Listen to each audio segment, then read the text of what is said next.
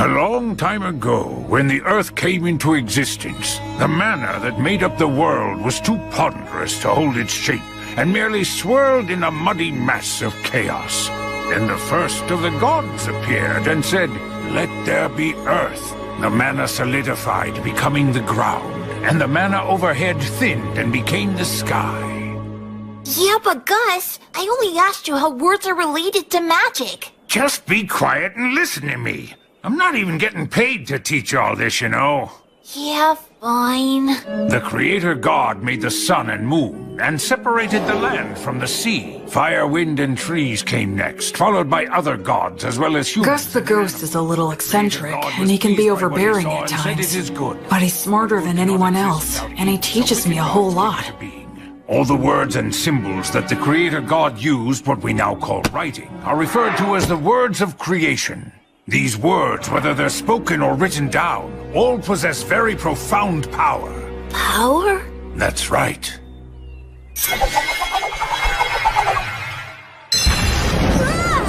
If you write the word Ignis, it defines the existence of fire, and then if you speak the word Erasus, that is, the word which means erasure, the fire will be extinguished. And that's what magic is.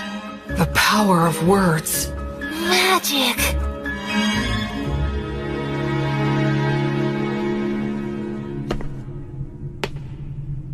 The god of justice and lightning, Volt. The Earth Mother, Mater. The god of fire and technology, Blaze. The god of wind and commerce, that's Whirl. The goddess of water and greenery, Rhea Sylvia. The god of knowledge and light. Ancient words of magic offered up to the gods. Words of creation. Oh, I get it. Parts of the inscription are scratched out so the word's powers won't activate. Gracefeel.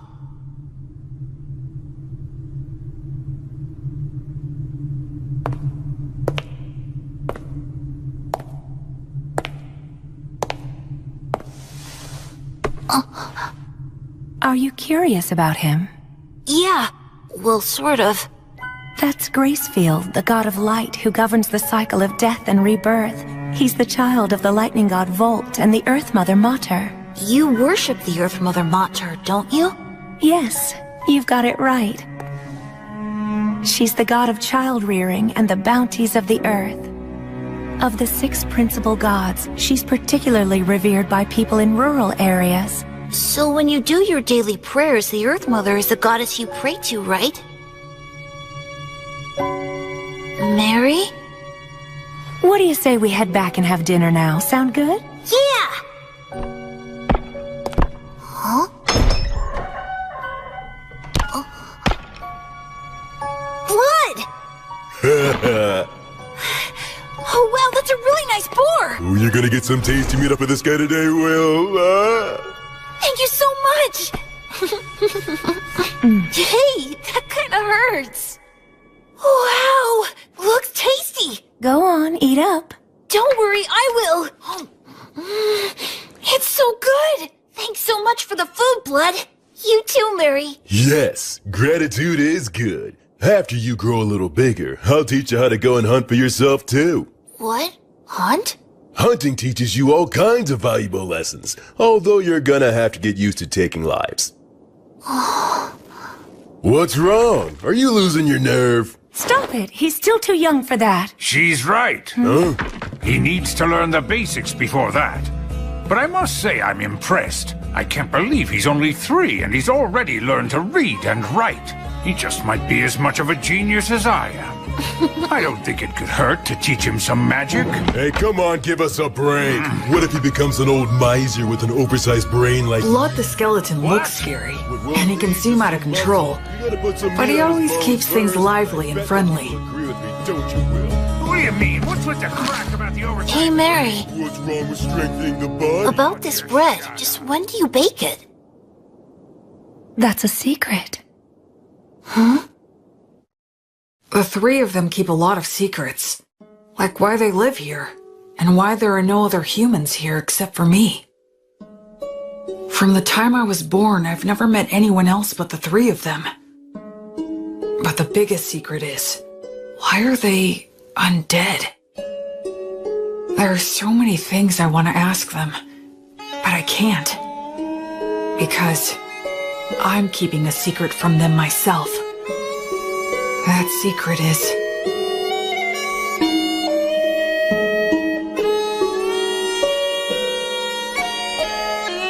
Thanks for dinner! that I'm a human who still has memories of my previous life. My memories are vague and murky, and I can't get them into sharp focus. A ceiling?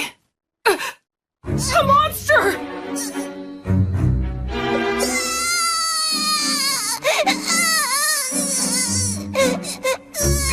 Harami?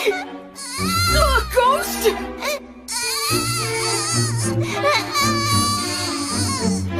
They're gonna kill me!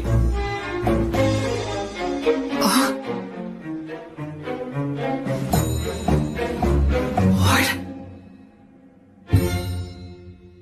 This is the 186th morning after that day. Half a year since I started living with these walking corpses. It's time to eat.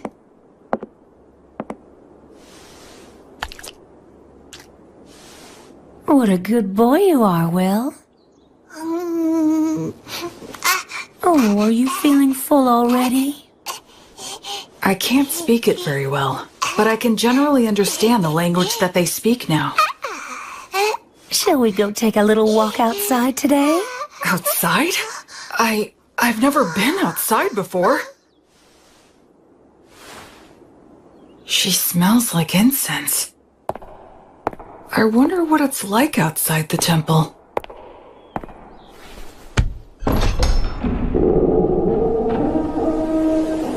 That breeze, so refreshing, and it smells of plants wet with morning dew.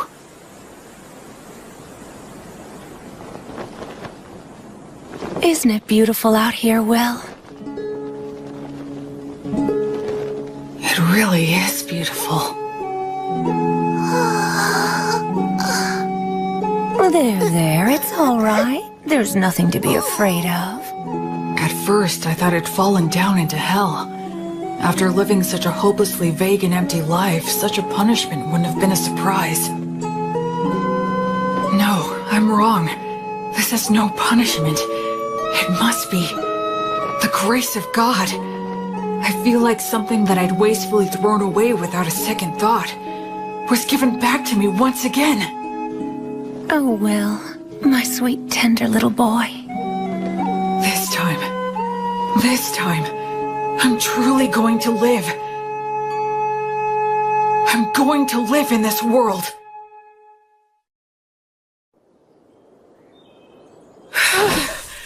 I'm finally done. We gotta build your muscle and stamina first. Without the strength to back them up, your skills are useless.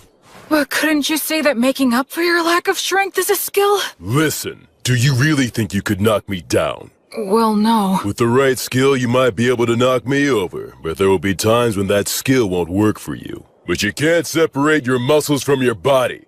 The brute force that muscles give you can solve most of your problems in life. Learning skills comes after that. Understand? It seems like muscles are kind of masochistic, huh?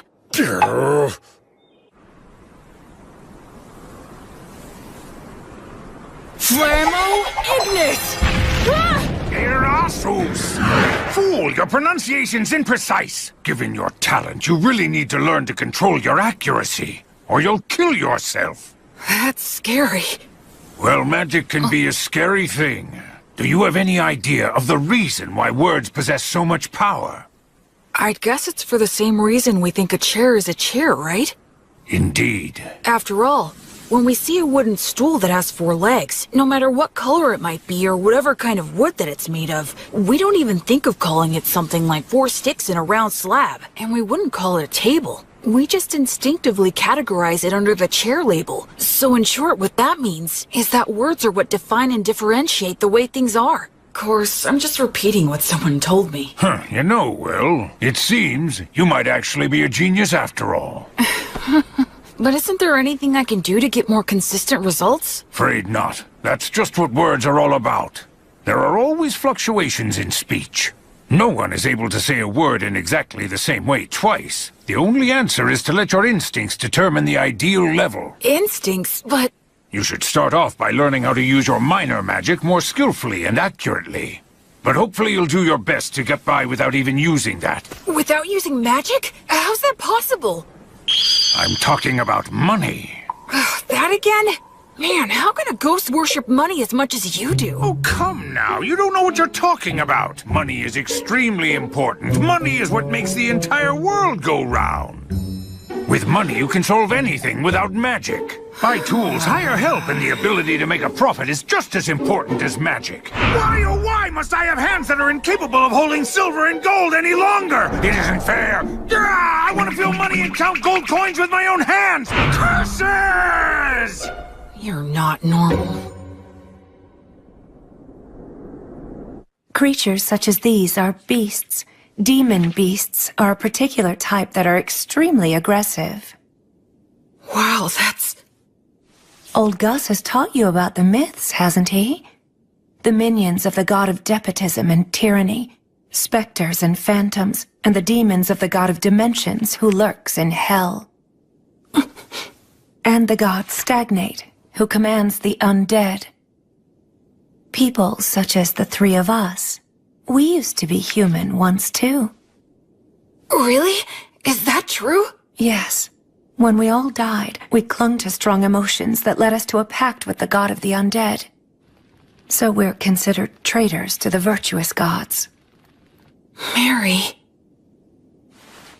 I'm sorry for talking about this. It must seem very strange to you. Hey, Mary, tell me something. Do you think I should get stronger? Well, it would certainly put me more at ease if you did.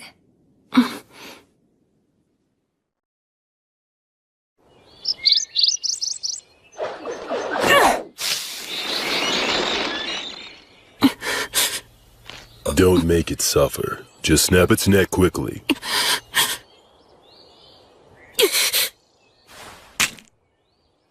Can't get used to it, huh? I don't like killing. Am I just being naive? Hey, I don't like it either. Huh? I don't like taking lives, whether it's a birds or humans. But these guys provide necessary sustenance to keep you alive. In life or death situations, you need to put your feelings aside and just go for the kill reflexively. That's what it means to be a warrior. In battle, it determines whether you live or die. Okay, now let's bring down a few more. Blood really is a lot like a father to me. You're almost 8 years old now. I think it's time you started some real-life combat training. Huh? It's bad enough when you stop just before hitting me. With your strength, if I take a hit from you, I'll be dead. I'm nothing but bones now. You'll be just fine. Probably. Probably? That's the whole reason why I said you can use the magic you've been learning from the old man. Go on ahead. Simply do as I taught you. That's right. Do it well and you could actually land a hit on me. Hey! Don't cry that I'm playing dirty. The battle has begun. Acceleratio! Correre! Oleum! Cadere Uranium! Not too shabby. Move, you fool! Distance yourself!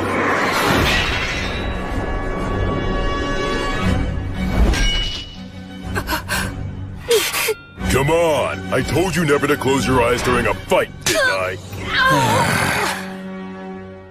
I'd like to say that you've got a long way to go, but frankly, you surprised me. I thought you'd just randomly unload a bunch of crazy magic on me. Gus keeps on telling me that I should learn to use minor magic more skillfully and accurately. Not just relying on sheer firepower. That's exactly the style that was used by the renowned sorcerer who went by the name the Wandering Sage. Are you talking about Gus? Yep. In his time, he exterminated monsters, calmed raging rivers, and rediscovered ancient languages. That was all long ago. You were once known as the War Ogre yourself. And Mary was known as the Daughter of Mater. At one time, the three of us. Yeah? Never mind. That subject runs a little too deep for right now. You were just a baby not so long ago. Look, just keep on learning and become even stronger. Oh, Blood. On the day when you brought a human child back here, my first thought was that you shouldn't have even bothered. But it occurred to me that if I educated him, he might be of use. Hey, old man! Nothing that I said was incorrect. I now recognize his true talent and am teaching him to use it, aren't I? That's not really the point. I know that's just how you are. And frankly, I wouldn't expect you to change your ways now. I even think it suits you. But what you said wasn't necessary. Can't you imagine how it feels to hear that? You're right, it was quite thoughtless of me to say that, and I'll be more careful in the future. So I apologize to you, Will. Oh, it's okay. It didn't bother me. I can't believe it. Gus apologizing? Gus? It was rude of me to get all aggressive like that as well. Sorry. You being impolite is nothing new to me. What? Well, you might not be fully conscious of this since things have been this way for as long as you've been truly aware, but nevertheless, you know you're not like the three of us, right? Yeah. I'm the only one who breathes and who has a warm body. Though that part of the story is true, there's a lot more to it. I'm sorry. I can't explain it to you yet. I know. Listen, please don't be too upset with old Gus, alright? He never bothers to choose his words very carefully or show consideration for others. I'm really not mad. I have a whole lot of respect for Gus. Is that so? You know, you've got a big heart, Will. Once your body has at last grown big enough to match that heart of yours, then you're able to accept things as they are. I'll explain everything. Okay. Blood was genuinely angry at Gus for my sake. I wonder, could I have gotten angry on someone else's behalf in my previous life? Huh? Thank you. Blood, Mary, Gus. All three of them aren't really alive anymore. They're undead. Will? Huh? It'll be 100 years before you can land a hit on me from behind! But right now, they're my precious family. Gus is in charge of my academic education, and Blood teaches me how to fight. But Mary is the one I learn the most from. She may just teach me the little everyday things, but they're important too. Will? Huh? Can you take care of things here? Oh, it's almost time for your prayer, isn't it? Yes. A few times a day, Mary sequesters herself inside the temple dome. I've been told that I'm not allowed to go into the dome while she's in there.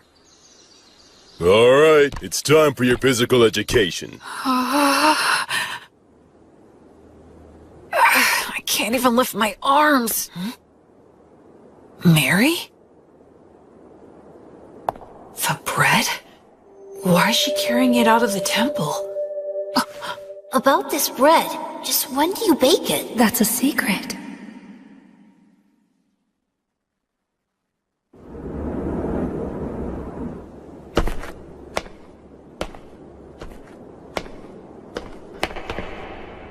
I'm sorry, everyone, but I just have to know.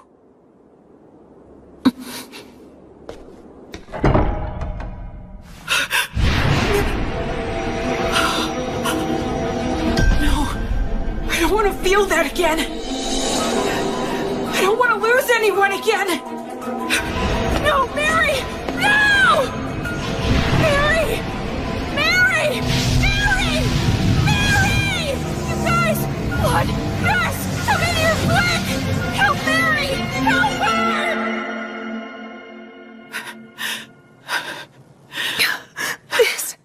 This is entirely my fault.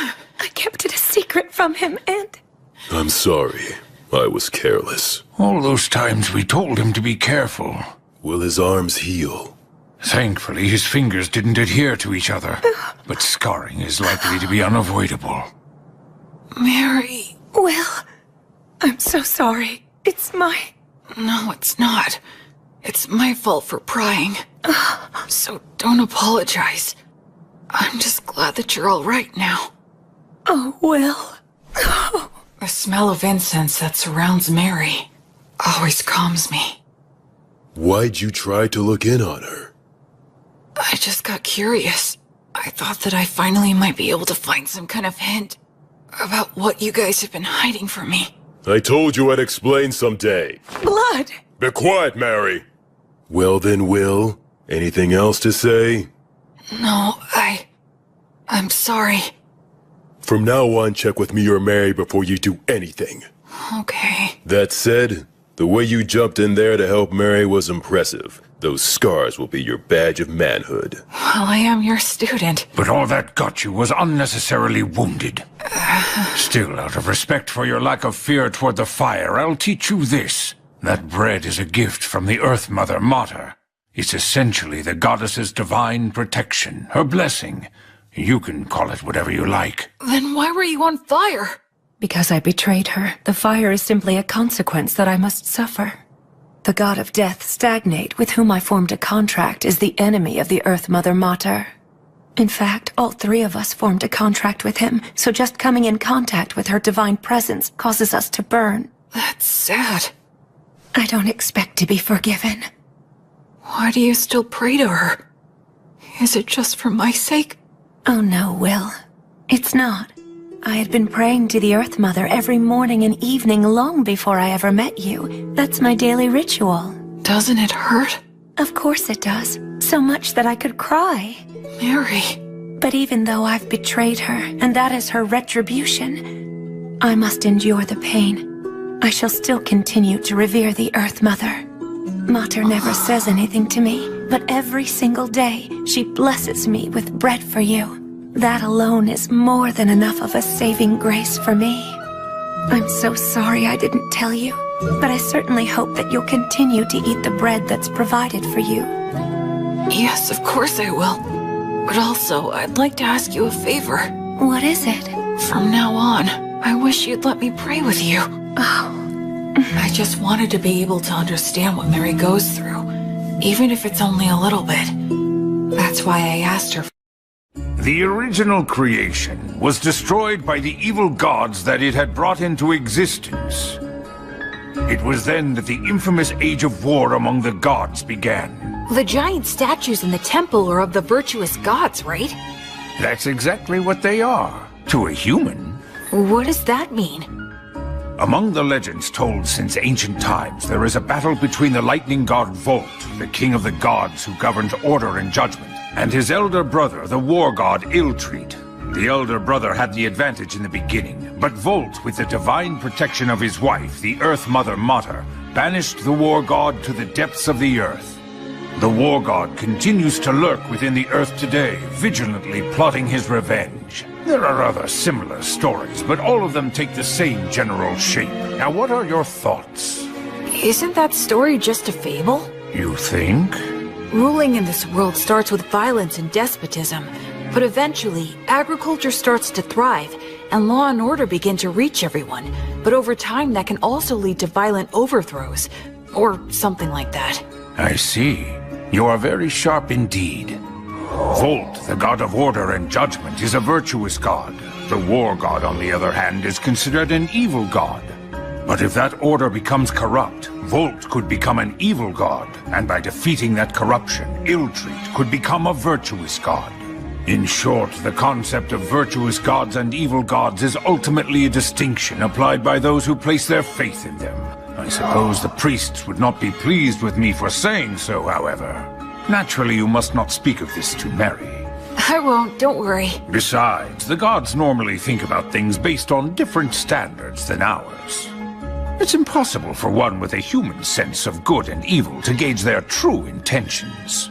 Hey, you know what, Gus? You're pretty rock and roll. What on earth does that mean? Like, you don't fit in any mold, you know? Children truly make up some bizarre words sometimes, but I do like the sound of that.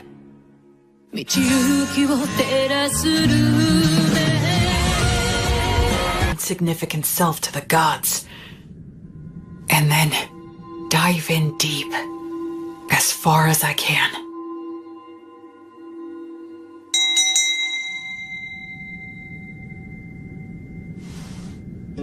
The 5-day silent prayer you've undertaken is now concluded. You did very well. I've done nothing but pray continuously for the past 5 days. Do you feel all right physically, Will? Yeah, I'm fine. And you're only 13. How remarkable you are. Only because I've been praying with you all these years. It's been 5 years now since my arms were burned. Mary says she has the ability to heal the scars with her blessing, but I chose to keep them, especially because Blood called them my badge of manhood. I'll prepare all of your favorite foods for dinner tonight. All right! Memorize all of this by tomorrow. Huh? Gus's lessons became more difficult. There was a lot more to keep track of, but I persisted and stuck to it for all I was worth. And then his lessons became even more intensive. It was as if he wanted me to get so fed up that I'd quit. Still, Mary and Gus were nothing when compared to... Okay now, let's move on to our main event of the day. What is that? This guy is your opponent. I got him in the woods. That's not what I meant! What's the problem? It's just a low-ranked demon corpse. Demons can become undead too? Okay, go. Wait a...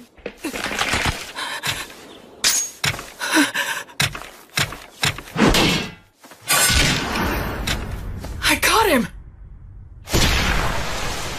Look, Blood, I beat him! Yeah, good job there. So this is what they mean when they say a trained warrior can kill with mechanical reflexes. Yeah, I guess so. Huh? What is it, Blood? Well, for your first killing match, that wasn't too bad. Hear me? I said it wasn't all that bad, so don't get a big head. Oh, is that what you meant? Well, I'm more or less a genius, wouldn't you agree? This kid just might be a genius. Come on, aren't you gonna chew me out for that? Okay. How about we speed things up now and try something harder, genius? What? I always saw the ruined city from the top of the hill. That day was the first time I set foot in it.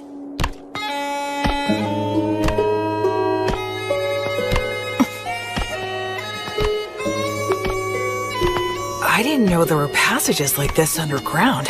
Yes, humans and dwarves used to inhabit this place. Their blacksmith helped me out a lot. But now it's solely a danger zone that's filled with mindless wandering undead. That's why we never allowed you to enter here before. This spot should be good. You've got your stuff with you, right? Yeah. The shield, sword, jerky, bread, and water skin. Those things will be everything to you. Okay? Now escape from here. Huh? I'll be waiting for you outside. Don't you die now. Wait a minute, Blood! He can't be serious! Lumen! Blood? The exit is this way, right?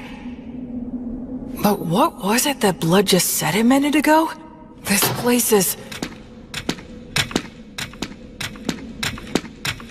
But of course...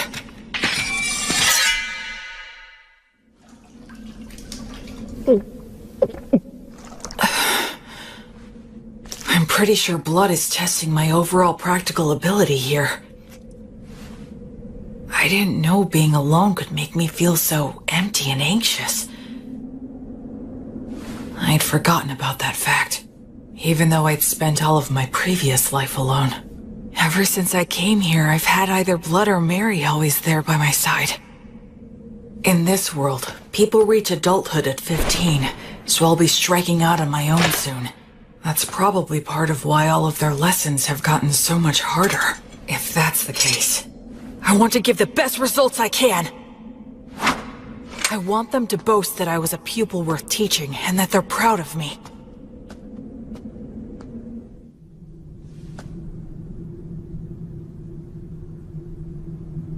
That's probably an undead Vroskus demon wandering around.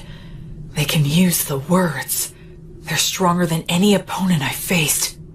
Should I stay hidden and slip past it, or go another route? Think, what would Blood do?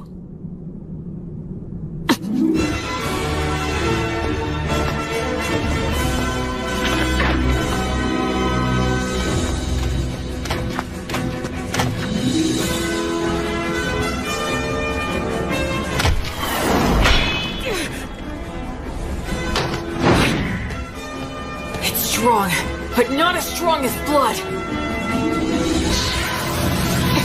But there it goes!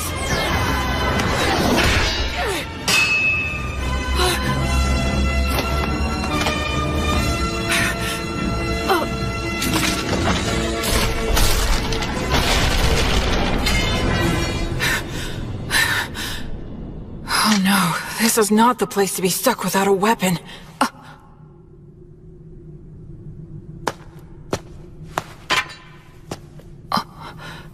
This isn't a demon weapon. A dwarven magic spear, perhaps? It's better than nothing.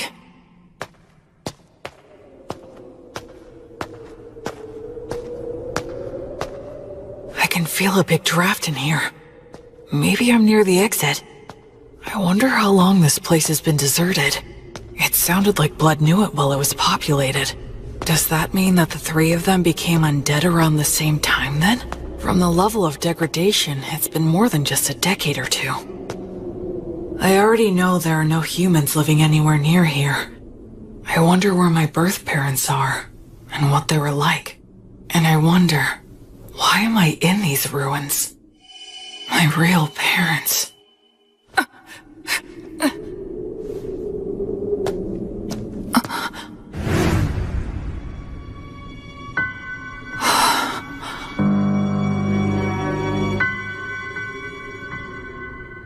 Gus? You're Gus, right? How come you're not saying anything? And also, why are you glaring at me like that? Did Blood tell you that I was here? Or maybe this is another lesson of some kind. It's a lesson, right? With conditions for... Expergiski!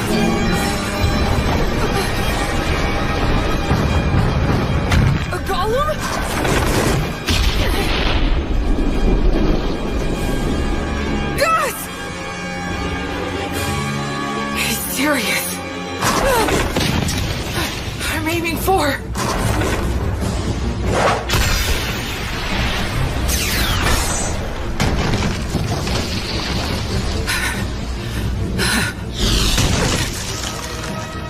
Stone Blast can carry that much force? Tardarane! Uranium! Mendakium!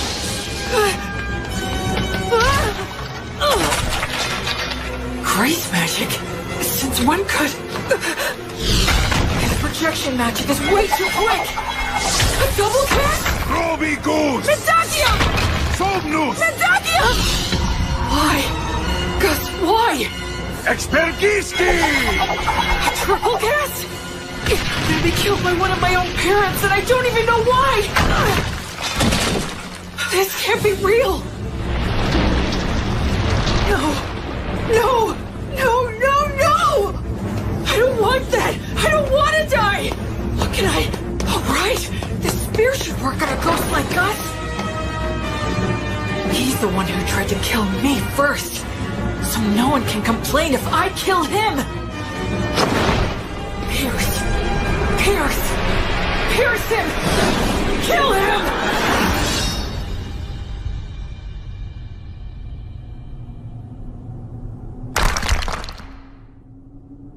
Tell me, Gus. Grandpa. If you really have to kill me, there must be some reason you're being forced to do it, right? I know you wouldn't do this if you didn't have a valid reason. I know that. If Gus really was serious, he wouldn't need to play around like this. If he throws around a lot of fire magic, I'll die of oxygen deficiency and toxicity. If he makes the ceiling collapse, his ghost body won't be hurt, but I will get crushed and die. I know that, but I still don't want to do it. I don't want to fight you to the death. Because hurting you would make me feel worse than dying myself. If it's something that really is important to you, then it's fine with me. You can kill me. I'm not afraid. I'm your pupil after all. But if it's okay, I would really appreciate it if you didn't make it hurt too much. Forgive me. I think I took that lesson a little bit too far. I admit this place did give me an advantage, but even so, I did win. Must have been a shock. What shocks me isn't that this was a lesson. Against a sorcerer, right? Gus. Now don't ask questions. If you manage to defeat Avroskis and take his spear, even Blood will congratulate you heartily. Oh yes, weren't the double and It's triple that Gus is trying to pass all of this off as a lesson. Tricks like that soon. So, please don't be upset, okay? Come, Will. The best thing to do in a gloomy place like this is leave.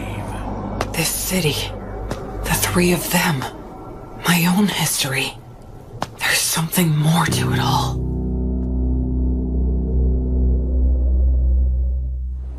Oh my! Will found a fine spear like this beneath the ruined city? Yeah, the steel is so vivid and bright and shiny. It certainly is a good sharp blade. A short spear made to be highly practical, truly the work of dwarves. In addition, it appears to have several words engraved on it. Perfect for our lesson on appraisal. Yeah, can't wait. Gus hasn't brought up that incident in the ruined city at all since then. There must be a specific reason why he won't talk about it. That's why I decided not to tell Blood or Mary. Later, I appraised the spear with Gus, and we found that it had the name Pale Moon. Words of creation are engraved on both the spearhead and the shaft. The spearhead can emit light magic, so it can serve as a light source or distract enemies. The shaft is imbued with magic that allows one to expand or shorten the spear at will. That should make it easy to carry. Above all, I was excited to finally have a magic weapon of my very own.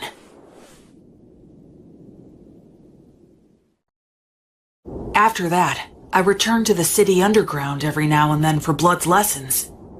I head down there with only a short sword to collect any weapons and armor that I find. It was tough at first, but I can handle it without any trouble now. Even if I encounter Vroskis or a similarly strong enemy, I don't struggle anymore. Huh? So is this all there is? You have acquired more than enough knowledge right now. I have something new that I would like to teach you. I'm learning something else? You will enter the city underground and collect coins. I am going to teach you something very important. Is this enough? Indeed, it will do. You're finally gonna do that again, old man? Gus? Yes? Isn't this what they call gambling? That's a vulgar description. Think of it as a game of intellect. But it's gambling! Come on, I was all excited when you said you'd teach me something important. Now, there's no need to get angry. Besides, games such as these should not be underestimated. They are most often used in duels between sorcerers. Do I really have to place a bet, though? Where's the fun in it if you don't bet? Oh, I get it. You're scared to play, aren't you? Huh? Oh yes, you should flee at once. You very well should be scared to compete against the one who is hailed as the Wandering Sage. How dare you! 2 sixes! Alright, I'm the winner! Your competitive intuition never fails to astound. Okay, one more time. This time I've got it! What in the world are you two doing, teaching that to Will? Mary, there's a reason for It it! was really only Gus! All three of you will go and sit down right over there. Mary's lecture was painfully long and downright scathing, but I learned something very important that day. It's not a good idea to get hooked on gambling. Listen, Will. I have been observing the heavens for the past several years to pass the time, so I know when the winter solstice is. That will be the day you turn 15, and your coming-of-age ritual. I believe that shortly before your coming-of-age ritual, Blood will challenge you to a one-on-one sword fight, an earnest and passionate duel. I get that feeling as well. I know it won't be easy, but I'll do my best to win. I can't make the three of you feel at ease if I don't. I'd like you to do something for me. Sure. Do you think you could find a way to lose the duel in such a manner that Blood would never notice it? Why do that? Because I need you to. No, don't make me do it! Please tell me, why are you always leaving me out of the loop? I know you, and you would never trample on somebody else's feelings without a perfectly good reason. Haven't I said time and time again that I trust you? If you just explain your reasons, then I'd be glad to throw away the duel. I'd even risk my life like last time. So why won't you tell me anything? Don't you trust me at all? Or am I just that utterly useless to you? Forgive me. I can't explain. I see. Well then, I guess I can't help you. I'll pretend I didn't hear a word of what you just said.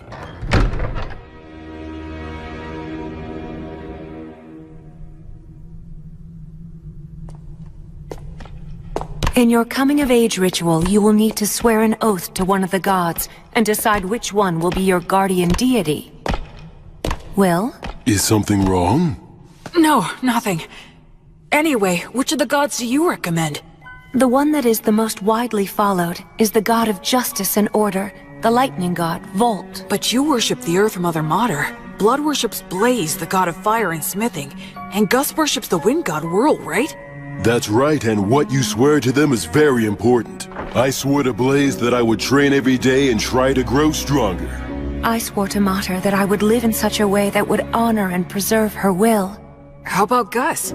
There is a god of knowledge that exists, but he says he swore to the wind god that he would do as he pleased, that he'd just go out and enjoy life. He hates being bound by anything, frankly. I wonder if he really is enjoying his life. Sometimes being very smart can also make you rather transparent. I'd say that goes for both you and Gus.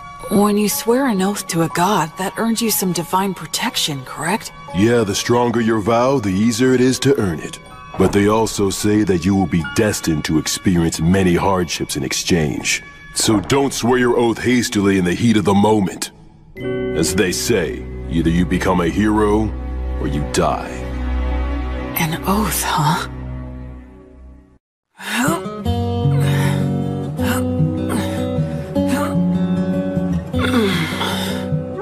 Okay, that's enough. You've gotten a lot stronger. So what are we gonna do today? Can we spar? Nope. Today is all about this. What is it? Here you go. Take a sniff. Why do you have this? I thought we could drink it together. I made it myself by mixing honey in with some forest grape juice. That honey wasn't exactly easy to get, you know? Is there something wrong? Nah, just come winter solstice, you'll be an adult. And a man's gotta get used to this stuff. But won't Mary be mad about this? Not if we keep it a secret. In fact, it'll only be between us men.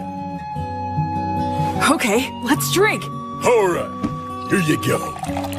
Cheers! Whoa, nice! That's delicious! Even better, I get to drink it with you.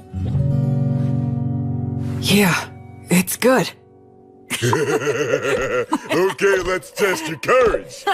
Test my courage? We're gonna take a little peek at Mary while she's changing. Won't we get in trouble? Say what? Come on, follow me. The hallway's spinning. Hey, you okay? I'm fine, I'm fine.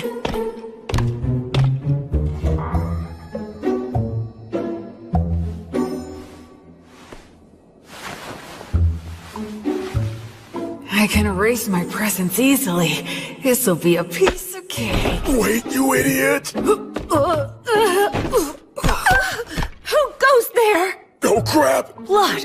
What's the meaning of... Oh, you really stink. My goodness, what did you make Will drink? Well, it was just... We were just gonna have a little peek while you changed. What? What? What do you think you're doing, you idiot?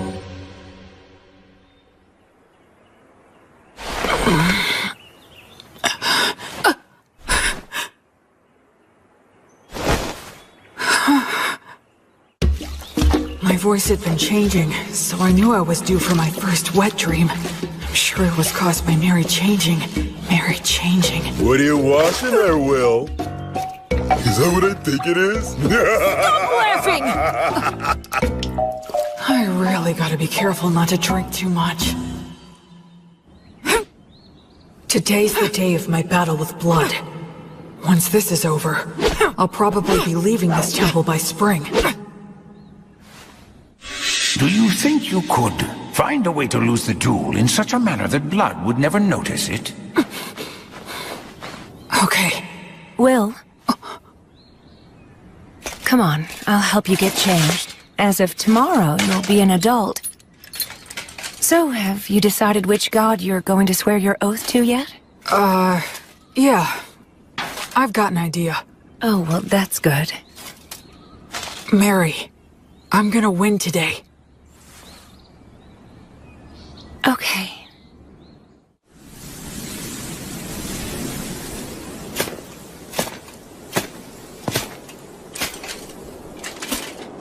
Where's Gus? Hiya, Will. Ready to do this? I'm ready anytime. Let's go! Okay, good. Let's review things one more time. No magic or trying for instant kills, otherwise anything goes. If something happens, Mary will fix it with her blessing. The first one who admits defeat or is unable to fight loses. Now try your best. Not to die!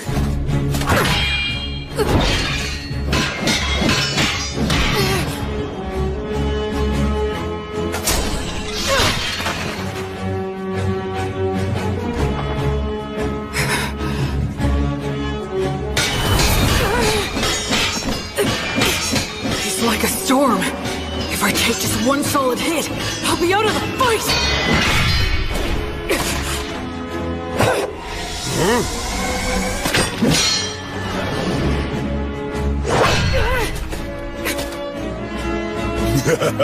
Thought you could get in close, didn't you? Oh man, this is infuriating! It's a challenge to avoid one of blood strikes perfectly. But if I receive one with just my sword, it'll shatter along with me.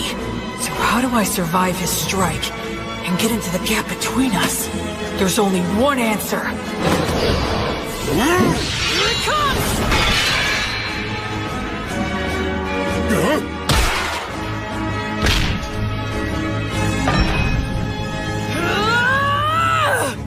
Will.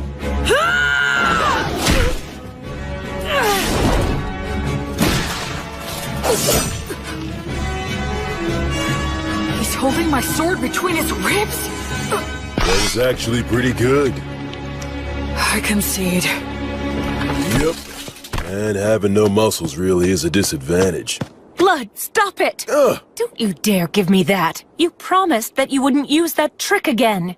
Not sure what you're talking about. The one where you use your ribs to trap an opponent's weapon? Yeah, but I don't have any organs or anything now, so... What? He did that when he was alive? Absolutely he did. Can you believe such a crazy thing? Well, my opponent at the time was really quick, and he was about to stab you, so I just... You didn't just anything. I can't believe he survived. If it hadn't been for my blessing, he wouldn't have stood a chance. Look, I only did it because I trusted that your prayer would work. I was genuinely concerned about you. I thought you had died right then and there. Didn't I ask you never to do that again? Even I know what this is. Don't do it This again. is one of those things a dog wouldn't butt in on. Will, even if you couldn't beat me, what you've accomplished is still remarkable. Even if you couldn't beat me. You didn't have to point it out twice. I'll make sure you'll lose next time. Now that's the spirit, little Will. Hey, ow! Don't get carried away. The two of you need to take this much more seriously. If I had a killer slash, or a secret technique, I would have taught it to you hands down. But you don't? Nope, I don't. It's okay that the way I fight and the way you fight aren't the same. My initial goal was never to raise you into an imitation of me. So it's only natural that the moves I rely on won't be the same for you. It's the basics that count. Make sure you can use all the things you've learned in any situation. Both Mary and I have already taught you everything that's important. Okay. Okay, Dad. Okay, Mom. You called me Dad, huh? Yeah, I guess that's pretty much what we are. That's true. I can't teach you any secret techniques, but to mark your new independence, I'd like to give you this. It's the most powerful of all the demon blades that I own. What? But I didn't even win, so...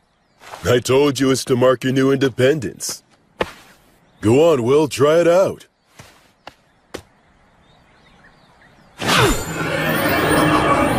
It's called Overeater, and it ranks at the very highest level of demon blades. It can even cut down one of the god's echoes, so long as it can reach them. The words engraved on it are too hard to understand, but I can sum up its effects.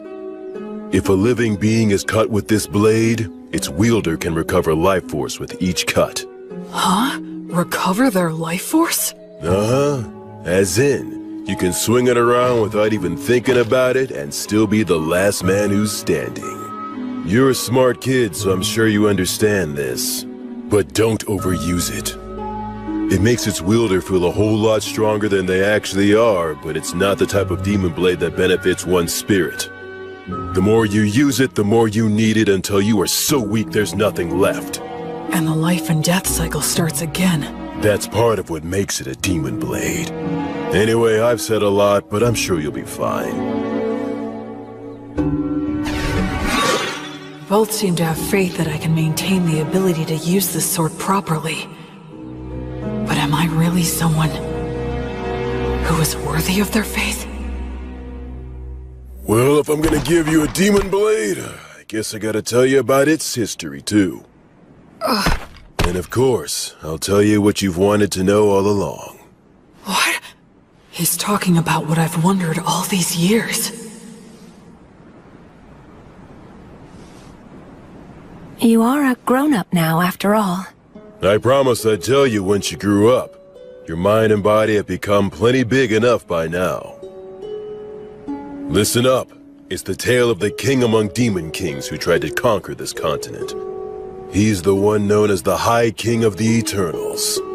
It's also the tale of the defeat and death of many heroes, including our own. It's the tale that explains the reason that you grew up here. The undying blade fiend, the king among kings, the purest evil, the inexhaustible darkness, the rider of war storms, all names for the High King of the Eternals. Approximately 200 years ago, all of the demon kings led a great uprising. An army of countless demons invaded our precious continent of Southmark. All the continents were crawling with demon kings, generals.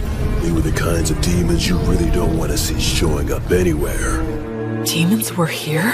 And these swarms of demons offered up massive amounts of flesh and blood during a number of great rituals to their deity, the God of Dimensions. In response, the minions of the God of Tyranny ill-treat, and those of the God of the Undead stagnate, also became active all over the world. The virtuous gods expended a great deal of strength in a series of battles, intense enough to change the entire map.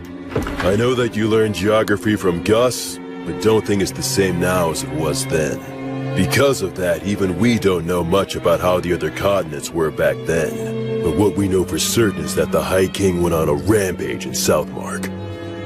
The High King sure has a lot of scary nicknames. Frankly, they don't even come close to the truth. His abilities were absolutely insane. He could turn any blood he shed into soldiers, and any flesh cut from his body into commanders, in unlimited amounts. In other words, he made demons from his own flesh and blood. That's some serious hacks. What does that mean?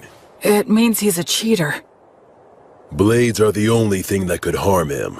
Using arrows and magic wouldn't even leave a mark. His weapon of choice was Overeater. He was a madman who roared with laughter, creating armies by cutting down enemies and getting cut himself. Eventually, he came to be called the High King, meaning the king of all kings. This city was once a vital hub for lake transportation, but it only held out for a matter of days before it fell. The High King made his home in the city and mass-produced demons who took advantage of the water routes to attack all the surrounding settlements. Nobody could kill the High King. The destruction of the continent of Southmark was assured, and just when everyone had begun to believe that, Gus came. Augustus, the wandering sage, suggested that now was the time to strike down the High King. Why would Gus say that now was the time? Was it even possible to kill the High King? An army of demons, a demon blade, the city underground, Blood's combat techniques, Mary's blessing, Gus's tactics. Gus was... I get it. You understand? Really? You do? Yeah, I think so. Gus was hoping to pinpoint the enemy's location, then invade via the underground with a few elite soldiers and steal his demon blade in battle. It was most likely the only way, since the High King couldn't be killed. The premise was probably that he could heal using the demon blade. However, the demon blade is a weapon that can be stolen, so stealing it would change everything. To do it, Gus would use great magic to wipe out all of his minions and face him one-on-one. As long as Mary kept them both healed with her blessing, no new demons would appear. From there, Blood would do what it took to steal the demon blade. This was certain to be successful. How can you be so sure? Because the proof is that you own the demon blade. And that's how the High King died, I guess. After that, then... Not exactly, Will. It's clear you really are a genius, but you came to the wrong conclusion. You see, I, didn't quite succeed in killing him. Wait a minute. You didn't kill him? That's right. Gus made use of every factor visible to him to draw in any possibility of killing the High King. The thing is... the factors he could see were incomplete. The High King revealed his true nature, taking on the appearance of a hideous, grotesque warrior. And then... well... He was a better swordsman than I was. I couldn't touch him. I'd fought opponents bigger than me many times before, but he was the first one where nothing I did could reach. Even you were no match for him? Yes, even my buddies who formed a wall outside after entrusting everything to me were crushed one by one. Thankfully, I had the support of Gus's magic and Mary's blessing, and the High King was wounded. Despite all that, I'm pretty sure he made it one level higher, enough to become something I couldn't kill so long as I lived. To this day, I still wonder what I was lacking. But it's too late now. You know why, don't you? The undead can no longer grow. My sword skills can't improve any further. So then, when it became clear that we were bound to lose, Gus and I decided we had to place a seal on the High King. We couldn't kill him, but we could do that. So you mean... they completely gave up on Blood's chance of winning altogether? Thankfully, the technique worked, and the High King was sealed deep beneath this land. In other words, unfortunately, in the very end, we couldn't fully believe in Blood. And then... Mary? And then... an echo of Stagnate descended down on us. What? But an echo is a body double of a god, isn't it? So then why would... The evil gods act individually, each following their own principles. They'll cooperate if it's in all parties' best interests, but the opposite is also true. I guess that Stagnate wasn't too happy with any of it. The High King was a monster that could slay a god's echo using Overeater. He thought it would be better for him if the High King was sealed, so that's the reason he offered us a deal. You three are exceptionally gifted, so become undead and fight on my side, he said. But that is... If we agreed, he would get rid of the demons in this city, and after that, we could just watch over the seal as we pleased in our immortal bodies. Stagnate couldn't bear to watch the tragedies of life and death, so he hoped to create an eternally stagnant world with no more tragedies by turning as many exceptional souls as he possibly could into the undead. And we had caught Stagnate's eye. Isn't it more accurate to say he set his eyes on us? He told us to choose, but there was no choice for us to make. We willingly accepted his hand. Since my flesh was all cut up, I became a skeleton. Mary was burned by Mater's flame, so she became a mummy. And perhaps because he had no attachment to his aged body, Gus became a ghost. Mary did tell me once. Because I betrayed her, the fire is simply a consequence that I must suffer. The god of the undead then cleared out the entire city. His power turned the lower-ranking demons undead. It's something that should not even be possible. And the undead demons still roam the city to this very day. And so that's how we became the guardians of the High King's seal, as the highest-ranking undead. In the years since then, we've buried our former allies, and Gus set up a security net that uses magic, allowing us to continue protecting our treasured city. There was nothing left for us to do. You can see that we are bound to the city by our contract. We can't even learn what goes on outside. The three of us began talking about the possibility that humanity had already died out. And then you came along. Or speaking more accurately, it was the demons who brought you here. Oh. So then, I was meant to be a sacrifice to break the High King's seal. No wonder you couldn't tell me before. You couldn't bring yourselves to do it. Yes, as crude as he is, even Blood was careful about that. I can't believe you just called me crude. After the demons were defeated, we argued with Gus a little bit over what we should do with you. Argued? Gus made it known he was against it, but Blood and I decided to go ahead and raise you anyway. That's why Gus said that. On the day when you brought a human child back here, my first thought was that you shouldn't have even bothered. The fact that the demons were able to bring you here means that there must be a place outside that's inhabited by humans relatively close by. I'm sure you're imagining that the situation outside looks pretty grim right now, but if that's the case, you simply need to build the strength to bust through it, just like you already have been doing. So that's the story of why I'm here right now, huh? I'm about to head into a nation of people who survived the Great Uprising. I'll take with me the strength that the three of them gave me. One day, I'll come back to this city. I'll bring my family and friends and introduce them. I could even rebuild this city. I know that one day... Well, be happy, and don't forget to pray so you can do good. Huh? You are the best people I could have asked for. Even in today's test in terms of substance, you bested me. You clever, precocious son of mine. I sure love you. Keep getting strong. In no time at all, we became a real family. You made me so happy. Will, my sweet boy, your mother loves you very much. Wait a minute, why are you talking like this is our last goodbye?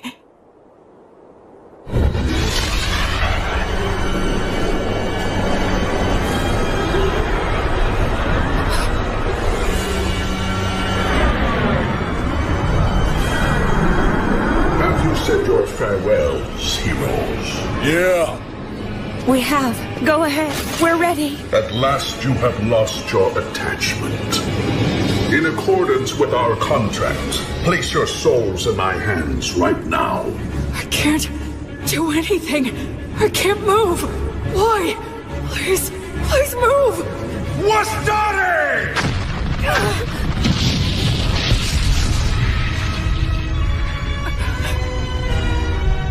Oh yes, there was a magic user left among you. Will, take Blood and Mary and get out of here. Don't you worry. I am determined to... Ligatur nodus obligatio! That's a huge amount of mana. You know all, Sage, and still you cannot resist. Conciliat sequitur! You retaliated so fast! Ostare! Aliga Murzaepo! Pulsar Pene! A quadruple cast? That's the ultimate magic, normally cast by several people together. It'll reduce all to nothing. Aupernum tabernas! Regumque turres! Damnatio memoriae! Curse you, Sage!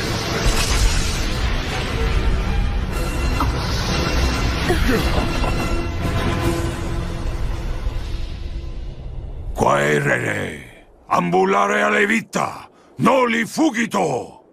He didn't get a hold of your souls, did he? Nah. It seems not.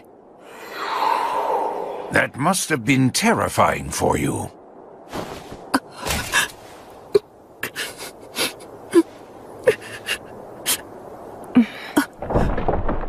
Sorry about that. It turned out exactly the way you were thinking it would.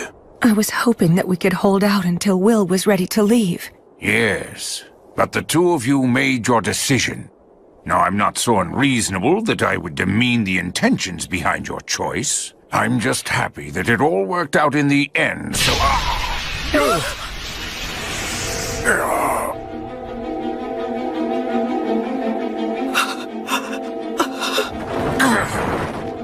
Old man!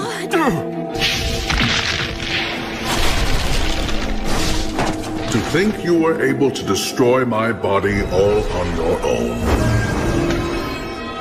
Had I not initially divided my strength into two bodies, I would have been really hindered for quite some time. I commend you. It's true you are a great sorcerer who has exceptional abilities. Stagnate. Let me go. Stagnate? What a shame it would be if I destroyed you now. I'll wait until you've lost your attachment. Now. Gus! As for you...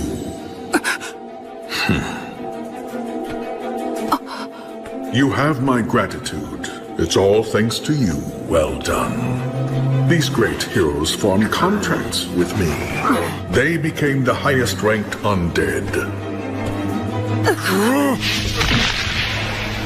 With one condition, that when they eventually lost their attachment to the High King, then they would become my servants. Because of me?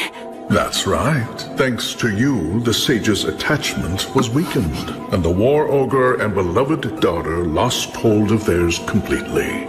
I'd say you did a fine job living as their son.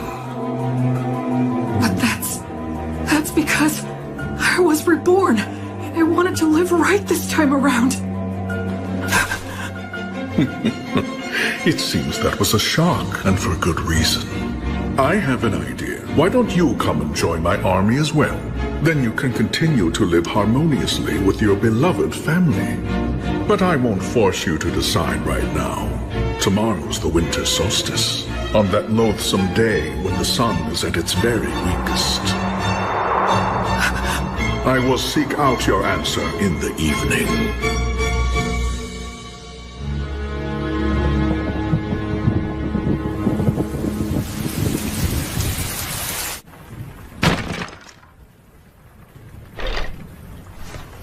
It was me. I took Blood and Mary's attachment away from them. When Gus was against raising me as a baby, when he taught me excessive amounts of knowledge, when he tried to kill me, when he asked me to lose on purpose, it was all to stop the two of them from losing their attachment to the High King. Still, when Gus tried to kill me, I think he was conflicted. But I was living without a care, totally oblivious. I just sat comfortably on Gus's mental anguish and Blood and Mary's self-sacrifice. I was so excited to be living my life right this time. All I did for my parents was cause trouble. I didn't do anything in return for them, right up until they died. Why would it be different this time? They're gonna die because of me again. I've only caused trouble, and I've done nothing in return. Someone who dies in vain isn't going to be reborn any better. I'm sorry.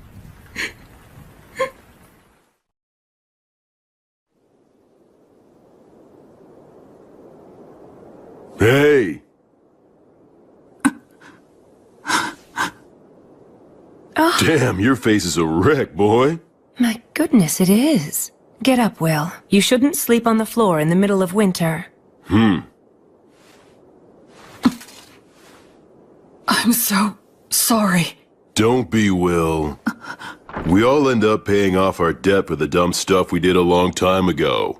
Though it was old Gus who knocked the debt collector into orbit, blowing off his contract and failing miserably. A contract that's forced on someone by extorting their weakness is no contract at all. He deserved to be knocked into orbit.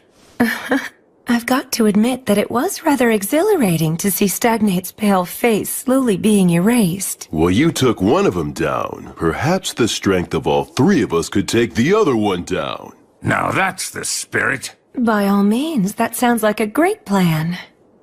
They're faking it. Well, would you look at that? It seems that you're all grown up now, Will. Get out of here already. You'll just have to be content with the idea that your farewell gift is everything that we've taught you so far. I'm sure you'll be just fine, Will. Absolutely. Those are my thoughts as well. You're wrong. You're all wrong. I'm not who the three of you think I am.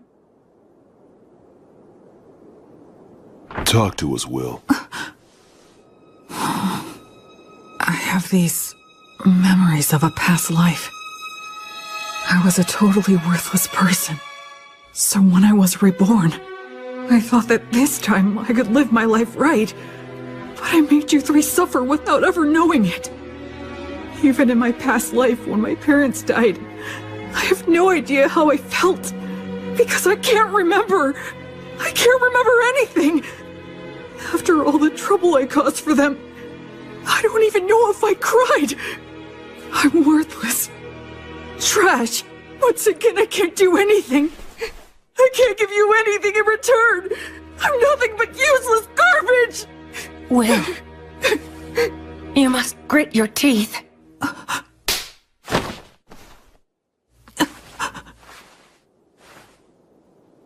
Mary. Speaking as your mother, I will not allow you to go on hurting yourself anymore. You say that you're garbage. You've always been very serious and one of the most earnest people I know. So what about your past life? For goodness sake, why are you so shaken up? Just because Stagnate upset you a little? You're feeling all of this anguish because the memories of your past life are murky and vague? You're crying so much right now just for our sake? Why would someone in your situation not cry? Will, stand up. Stand up. William! Straighten up now. Stop kicking yourself. What's your response? Yes, ma'am. You get chewed up because you're being all mopey. It looks like the little whiner has just disappeared. I'm fine. I'm perfectly fine now. Mary was here to protect me. So, I have a favor to ask. Please allow me to protect all of you. Virtuous gods, I will soon go and fight an evil god for the sake of my beloved mother, father, and grandfather. If you would see fit to observe my efforts, please grant me a bit of your protection.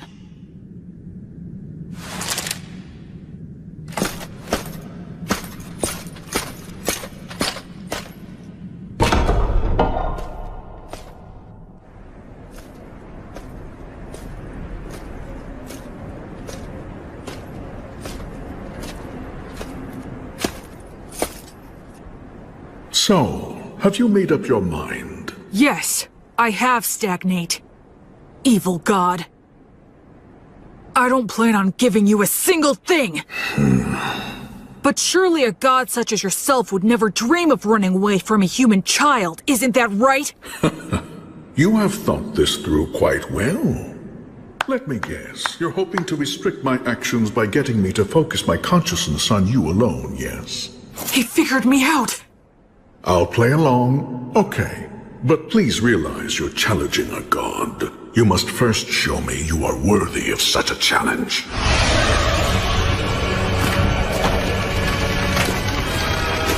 Can this be?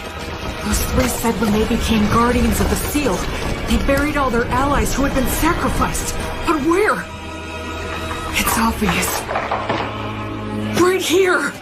I am the god of the undead. Undead god Stagnate. I lead an army of undead soldiers. Yeah? So what if you are? Then I'll just take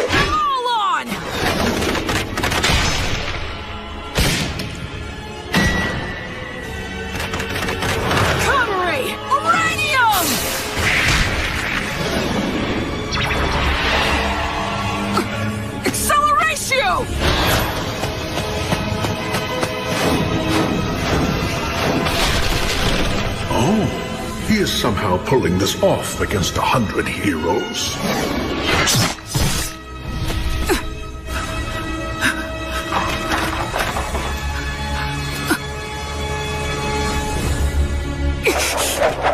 Hold!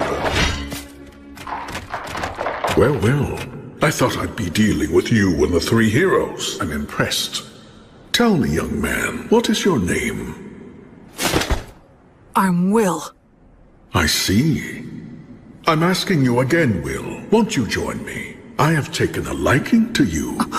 Your strength, your backbone, everything about you is desirable. I would be happy to welcome you as a general in my undead army. What are you? If you make the choice to come with me, I will free your body from an unpleasant death.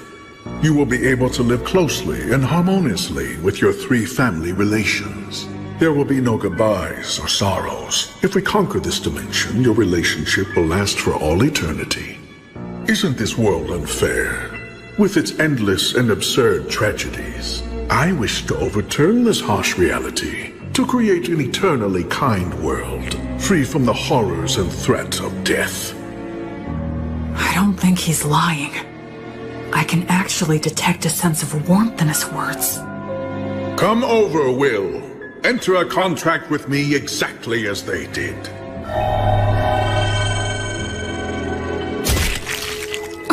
Now, drink my blood. By doing so, you can bid farewell to death.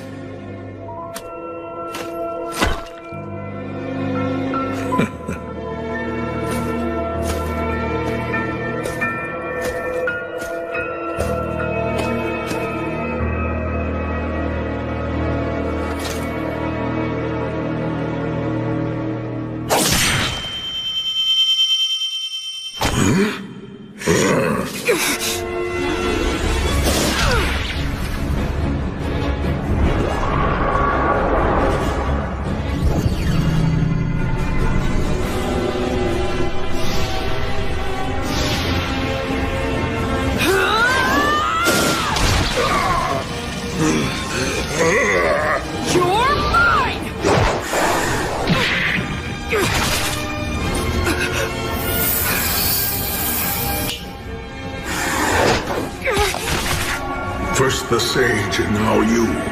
I truly cannot let my guard down when you're around.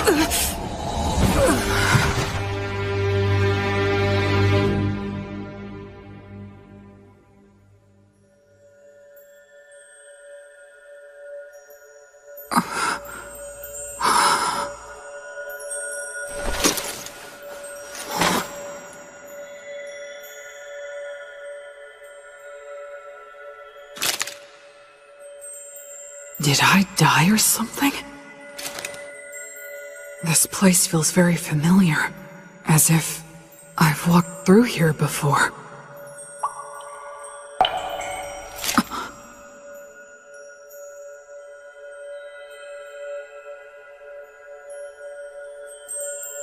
It has been a long time, Goddess of Light.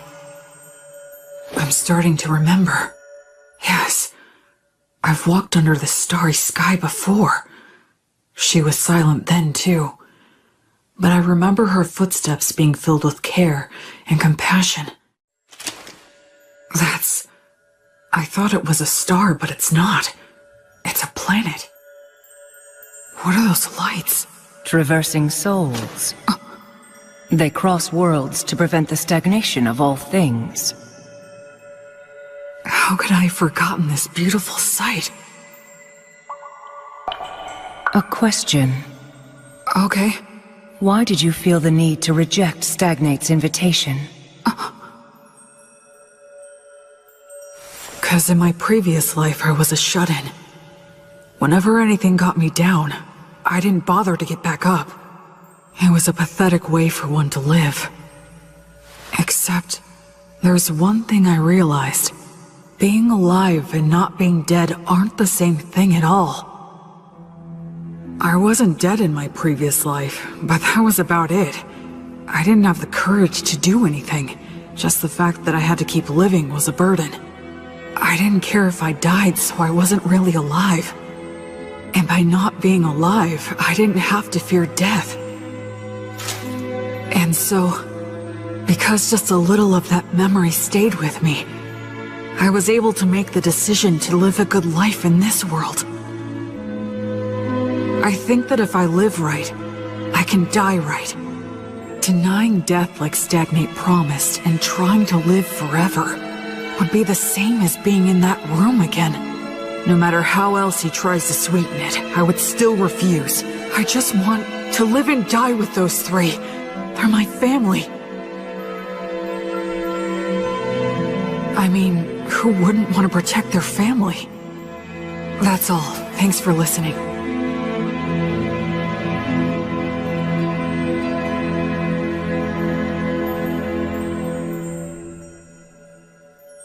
You are William, child of blood and Mary, a soul who has crossed worlds. Yes! You now fully understand the gravity of life? Yes. And you are still prepared to accept death? Yes. You fully understand the despair of death, right? Yes. And you still love all of the lives that will one day burn out? Yes. I finally realized the meaning of it all. Thanks to your grace.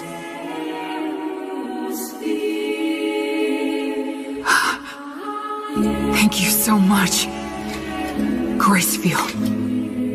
I have heard your sincere wish. William, so long as you do not forget your resolve, you've got what it takes. Wake now, make your oath, and we shall walk together until your life ends, and I come to guide you once again. I shall be your guardian deity.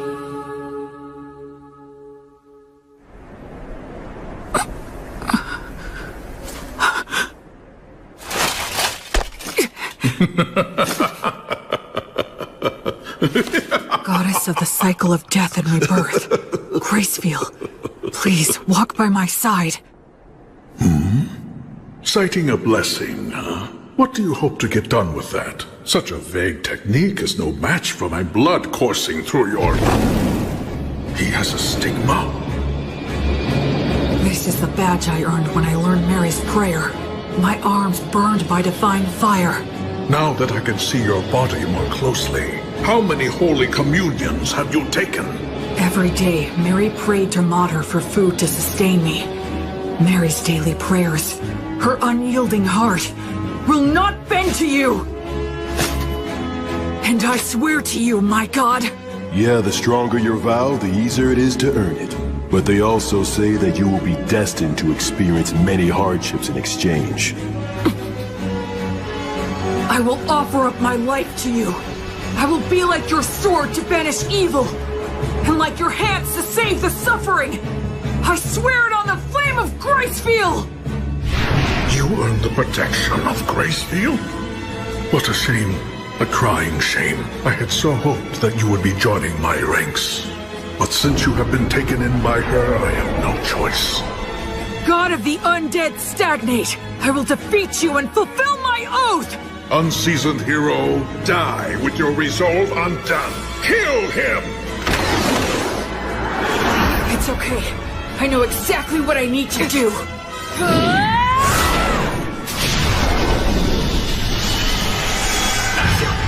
The divine torch?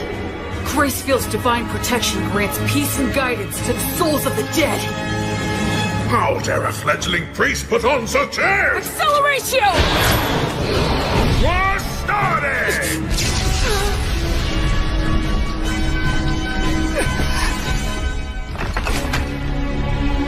Where will he come from next? If he makes any careless moves, I'll leap straight at him and deal the finishing blow. Stagnate is consumed by the desire to kill me. We're on even footing. If I fight him now...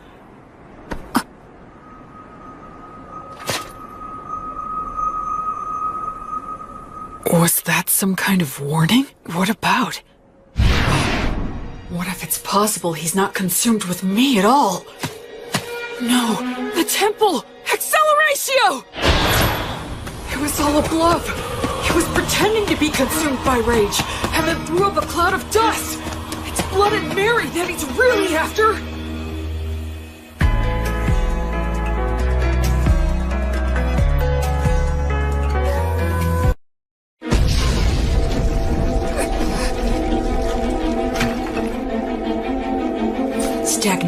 consumed by the desire to kill me. We're on even footing. If I fight him now...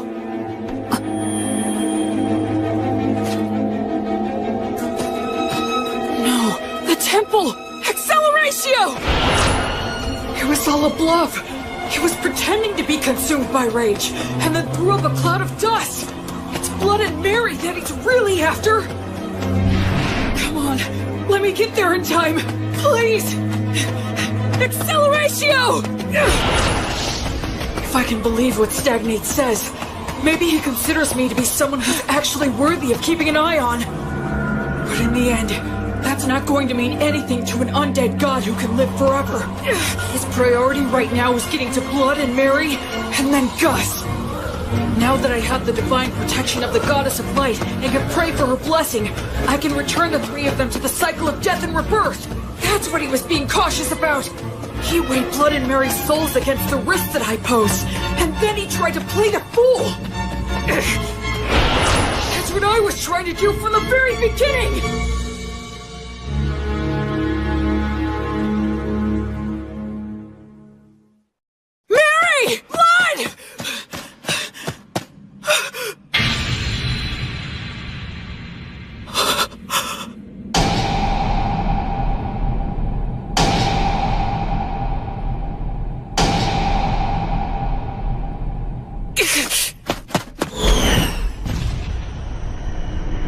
It's no use. I won't get to him in time. I borrowed the strength of a goddess, and finally managed to stand on even footing with him. But then I fell for a trick like that, and now it's all over?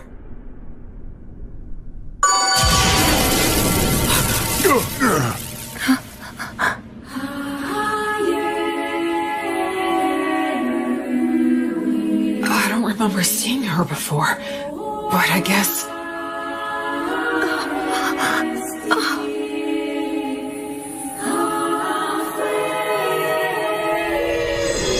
Suddenly, everything was clear to me. Mary had been forgiven all along. Mater never resented Mary for a second. Mary didn't seek forgiveness even once, nor did she ever expect lenient treatment. That's why Mater continued to watch over her and admonish her as she wished, and she's kept that up for 200 years, never revoking her divine blessing, until Mary could finally forgive herself. What mother wouldn't protect a daughter in danger, who's devoted her life to worshiping her? The Earth Mother Mater that Mary reveres is truly a great goddess.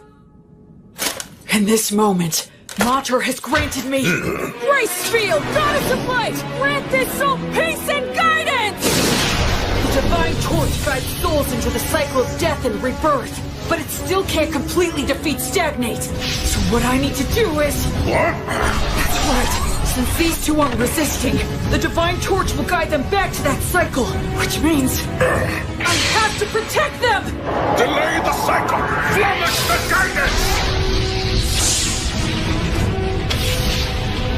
And in the moment when he erases my technique...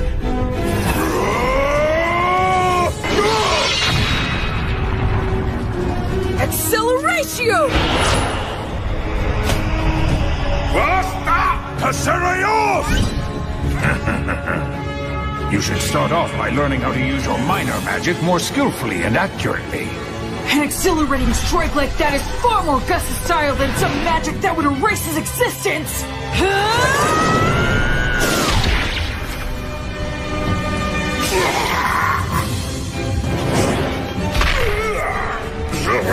Curse you! Curse you!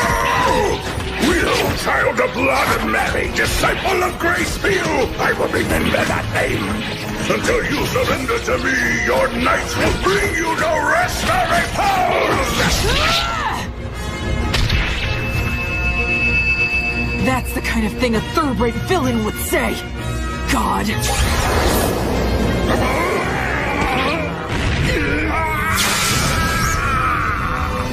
I swear on the light that is Gracefield, that I will never become like you. I will live right and die right.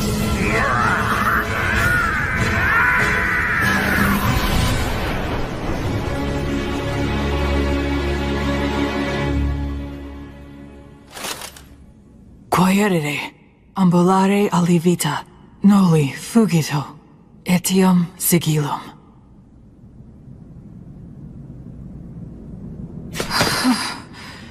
I was way too close. This overeater blade that Blood gave me, then Gus mightily defeating the double of the Echo, as well as Mary's Earth Mother Mater buying me valuable time. All these things that the three of them have given me. The sword, the magic, and the prayer technique. And most importantly, the part that's my essential core as a person.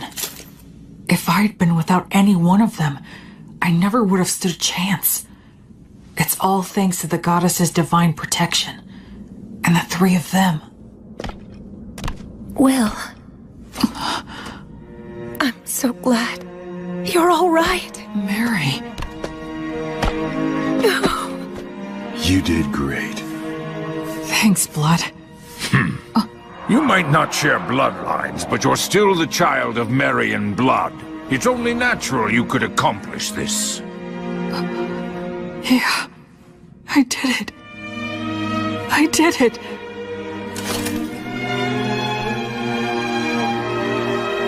I protected them. I'm here now with the three of them. Alrighty then. Let's have a party. We can celebrate Will's victory and adulthood. Yes, you're right. Cleaning up here can wait until another day. Well then, in that case we'll have to break out the you-know-what from 200 years ago. You mean that good stuff from the dwarves? How long you been hiding that stuff, old Gus? Well, it seemed like a waste to let a child drink it. Is it good? Can I have some? Even I would drink it if I had a corporal body. You can fake it, can't you, old man? We're celebrating. Yeah, drink with us, Gus. Come on. Will. Huh? You must be careful not to drink too much. If you repeat what happened last time, I won't show mercy again. Yes, ma'am. The same for you, Blood. Of course. What on earth are you doing? Anyway, this old man'll go and get it. I guess we should go too. Yeah. Huh? Mary and Blood. I guess we can't after all, huh? It certainly seems that way, but that's how it goes. We lost our attachment, denied selling our souls to the god of the undead, and insisted we wanted to remain undead. We knew this could never last. Yeah, that's for sure. I wish we could be spared just one night, but I guess that ain't happening. To be honest, Graceville has been exceedingly easy on us. Under normal circumstances, we might have vanished instantly. What are you two talking about? Listen here, Will.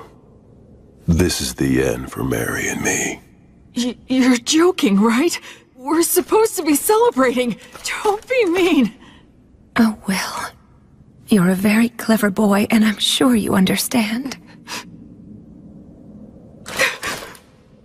Sorry about this. We're really sorry. Can't anything be done? I'm afraid not. Even if something could be done, we mustn't do it. It's like you said, you gotta live right, and then you can die right. We got lost for a couple of centuries, but one could just call that a detour. Besides, parents should always precede their children in death. This concept is one of the fundamental laws of nature. Yeah. You're right. I guess so. But just this once, I'm gonna say something I'm not supposed to. I don't want to see the two of you die because I can't bear the thought of living without you. I want to see both of you again when I can make it back here someday. I want to duel with Blood, beat him, and have him beat me. I want to say silly things to each other. I want to do chores with Mary and hear her say that I've gotten better. I want you to meet my children and my grandchildren someday, and I want you to teach them lots of things too. It's just cruel to say that you're going away now. I don't want you to. If you two go away, I have no idea how I'm supposed to go on. Don't go. I can't. Please find a way to stay. Cheat somehow.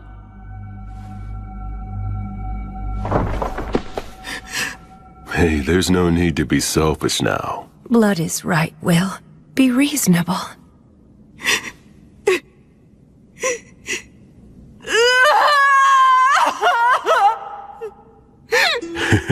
It's the first time I felt like a dad in ages. Will was always such a good boy, ever since he was a baby. Listen, Will. Even though we have to go away, humans can live just fine as long as they eat and sleep. You'll find something else to hold dear. Ultimately, you'll go on living. Once you leave here, you'll make a ton of friends. Go out and bag yourself 2 or 3 pretty girls. You'll have all kinds of fun. Blood! Don't encourage him to be disingenuous. Now, Will, you must be sincere both in love and marriage. Because you swore to the goddess of light, as well as the fact you killed a god, the path you'll walk is sure to be filled with a lot of troubles. No doubt you will experience setbacks and be a target for unjustified criticism. You may be betrayed by people you help. Your good deeds may be forgotten. You may lose all that you had gained, and you may end up with nothing but enemies. Even so, love others unconditionally. Always do good things. Do not fear loss. Forgive all sins. Build, don't destroy. Offer hope in despair, and be a source of joy for others in sad times. Most importantly, do all you can to protect the weak from any form of violence, just like you did for us when you challenged the undead god for our sake. Okay. Oh, dear Will, my William, you'll always be our sweet child. May the divine protection of the spirits of courage and the virtuous gods be with you forever. Listen, move forward with faith in the results you'll achieve. Once a person makes up their mind, they can do anything. You might get lost in your own thoughts sometimes, but don't get so stressed that you freeze in place. I engraved the images of them and the words they said into my heart right then and there. I will never forget them. Just like the light of the goddess, I know they will always be there to light my path. Ahem. Did I get here a bit too soon?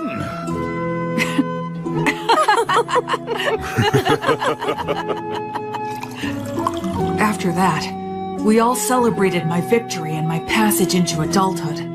The first drink I had with all 4 of us together left a lasting impression. It had a strong burn and rich aroma.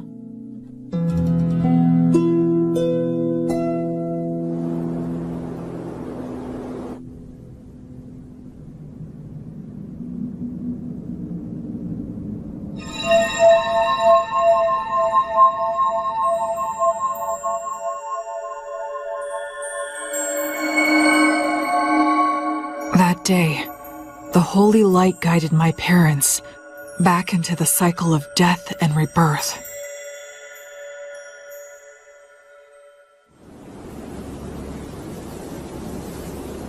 Yep, the view from right here is the very best there is. Mary, Blood, I know you're not here anymore, but I'll still come back. Just to let you know how things are going. If I make friends or start a family, I'll bring them here.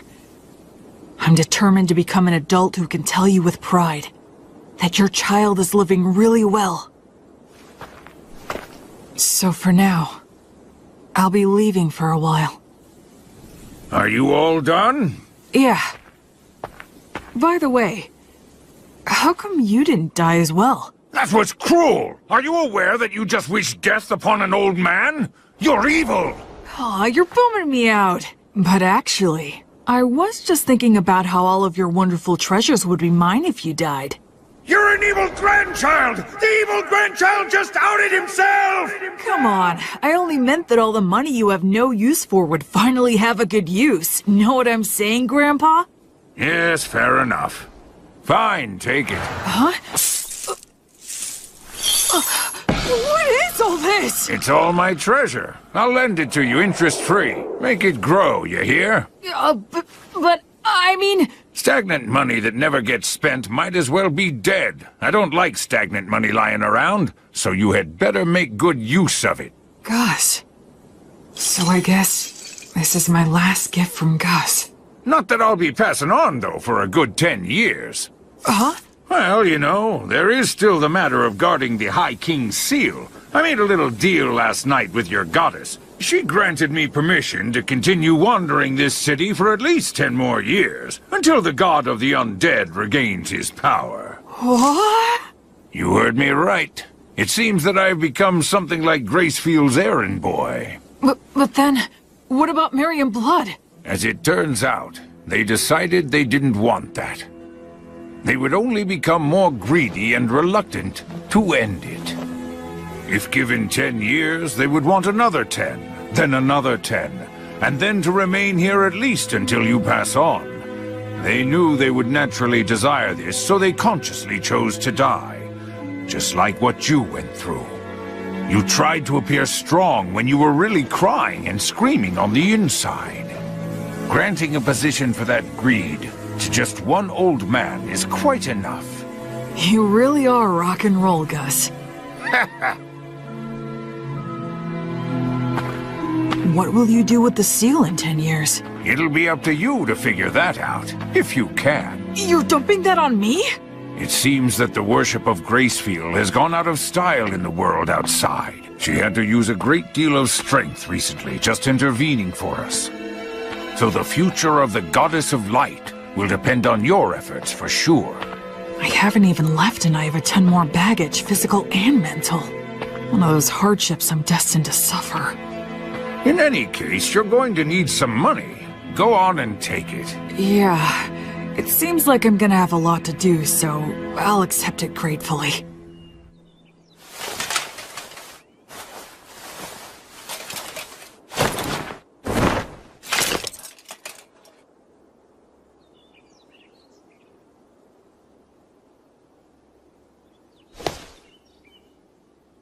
This is it. I'm leaving.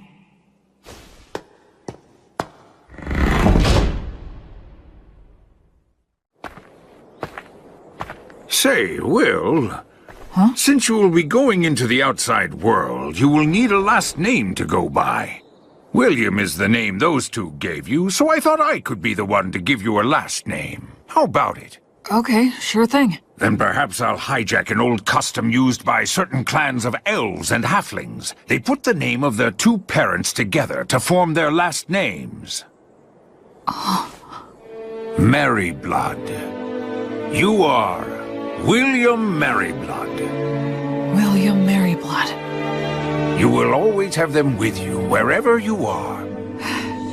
Thank you, Gus. I like that name a lot. So cool. You take care now, okay? I will. Oh, and I'll add a G for my middle name. You fool! You don't need my initial! What did you learn in those classes of yours? Well, you are Gus after all. Old Man Augustus is far too much work to spit out. Huh. What a hopeless grandson you are. Well, so long then. Goodbye, William G. Merryblood. See you again sometime! Okay, Gus? Goodbye!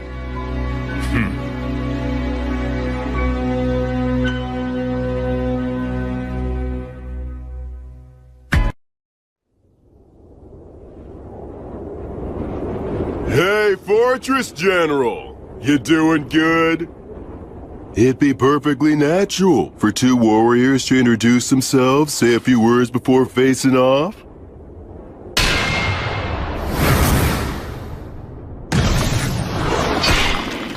But of course you demons are always so damn rude. Being told that by the likes of you must leave that demon at a real loss. What a mean thing to say. How's it going on your end? I performed the funeral quite easily, and stopped the transformation to the undead. Looks like old Gus's group did just fine. It appears that way. In any case, we've taken down the fortress. It won't hurt anything for old Gus's group to retreat. The Fortress General fell at the hands of so few. Any more is just reckless. Don't praise me. I'll blush. I wasn't. How many days will destroying the bridge over the Grand Canyon buy us? A few at the most. We're never gonna get anywhere unless we can take out the High King. Gus seems like he has a plan in mind. Yup, probably still a one-way street though. There won't be any way back. You are not coming. That's rather sudden. I'm a valuable asset in battle, if you don't mind me saying so myself. I know, but you're still not coming. Seeing you die would make me sick. What? Couldn't you at least add, "because I love you," to a sentence like that? It would be so gratifying for me. Like hell I'm gonna say something that irritating. You really are hopeless, you know that? What if I refuse to stay behind? I'll send you back even knocking you out. I already got old Gus's consent.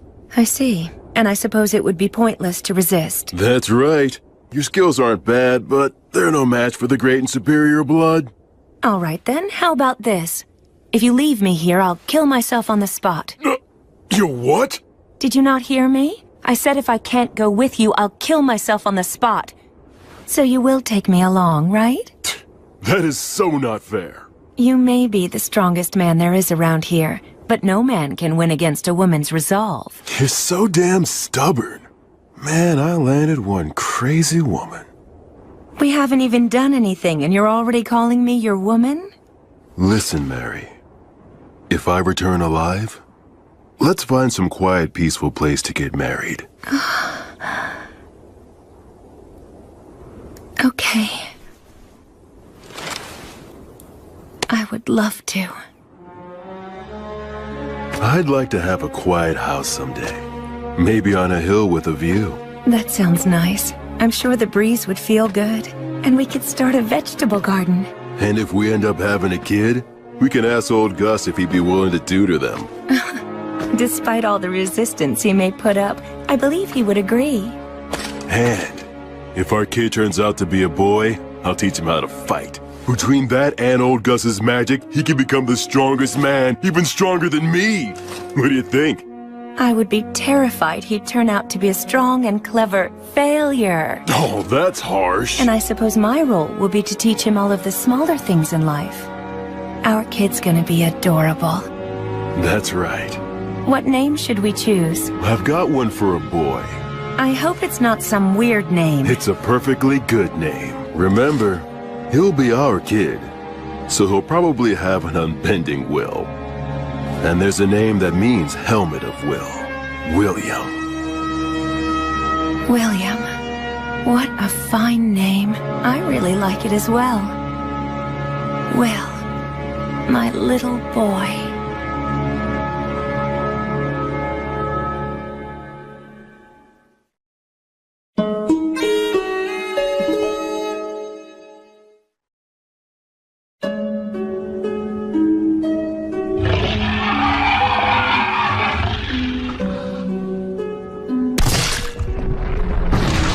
I've fought demons several times since I left the City of the Dead.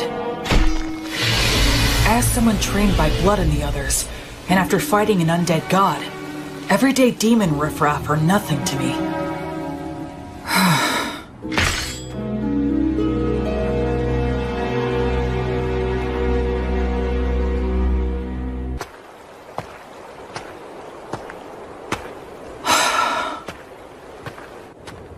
It's been quite a while since I departed, but I still haven't met any humans.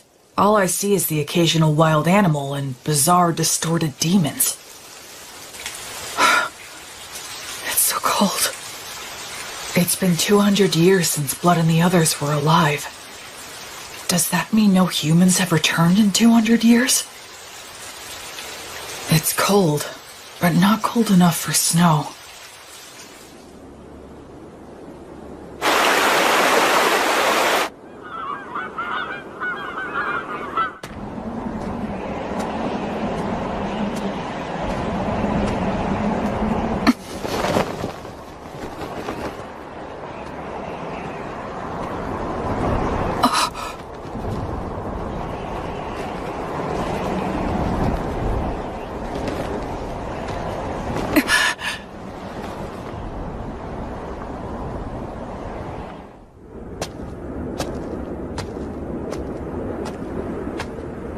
But there aren't any people.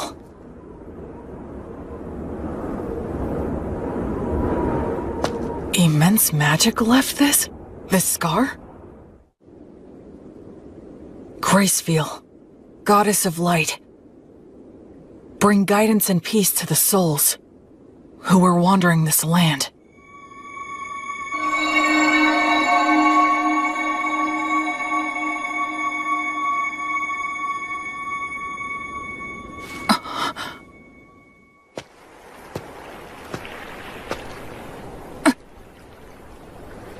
Yes, of course.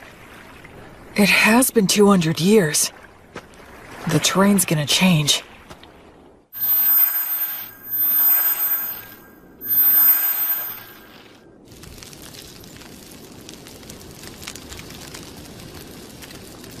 I'm running out of preserved food.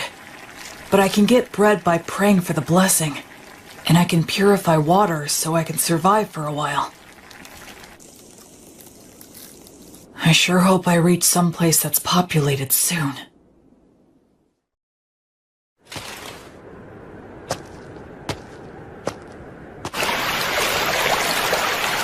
If I keep walking downriver, eventually...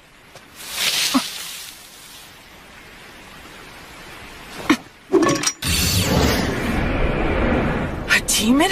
Wait, no! It's a huge boar!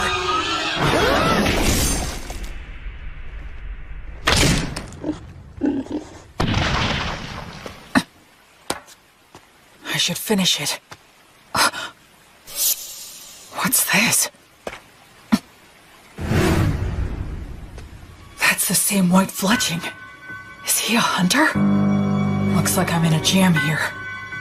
Both of our weapons are drawn and ready. It all depends on what he does. I finally met another person. I should show him I'm not a threat. Should I drop my weapon? He might attack, though. Should I pray for the blessing and show what a devout follower I am? But that might be mistaken for an attack. I need to choose my words carefully. I'm an outsider with no way to prove my identity. Aranura, Rumen Comentirubo. Ancient Elvish? Are you related to the elves? No, but I can see that you must be related to them. Your bow is elven, is it not? Well, you're not wrong there.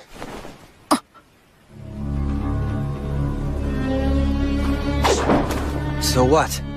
The more important thing is, did you kill the boar? Oh, yes, it was me. That boar was my quarry. You took the kill from me. So... I almost said sorry out of habit from my previous life. Yes, you're right. It charged at me out of nowhere. I was forced to protect myself. Anyway, this'll take some negotiation. I'm the one who ended up killing it, so I think I have at least some right to it. All right, I guess you have a point. Oh, damn it, the arrowhead is broken. I don't have many left. I wonder if metal is hard to come by. We negotiated a few other things after that. The silver-haired half-elf was a skilled negotiator, so I was sort of at his mercy for the most part. But he agreed to give me the boar's shoulder, in exchange for helping him butcher it. Wow, you know your stuff, huh? I'm sorry. You have my gratitude. We'll make good use of you. You're so devoted. Well, at any rate, this front leg will be all yours. That's it for the portions. Okay. I guess we should eat the liver now. It'll go bad fast. Oh, I've got a pan we can use. Flammo Ignis. Hey, you're pretty impressive with your hands. Kind of. I should keep my magic a secret for now. So, now we just wait? Yeah. Earth Mother Mater, and the virtuous gods, we give generous thanks for your grace as we partake in this meal. Please bless the food that is here before us, that it may robustly nourish our bodies and our souls. You really are devoted, huh? He doesn't seem to be much of a believer. But I'm the one with memories of my past life, while he seems closer to nature. Oh, it's so hot! Good stuff. This is the best. Huh? So you want directions? Well, the thing is, it's kind of hard to explain. I'm not sure how to put it. You don't look familiar. Seriously, where are you from? Telling him I was raised in the ruins by 3 undead probably wouldn't help things. I came here from the south. The south? Nothing further south than this, bro. Huh? We're as far south as you can go. Beastwoods in Southmark. I did come from the south, though. It's a long story. Oh, so you're one of those adventurers who scrounges for treasures in the ruins. Yeah, something like that. And then you got lost in the woods. I've never seen an adventurer who's so absent-minded. Whatever.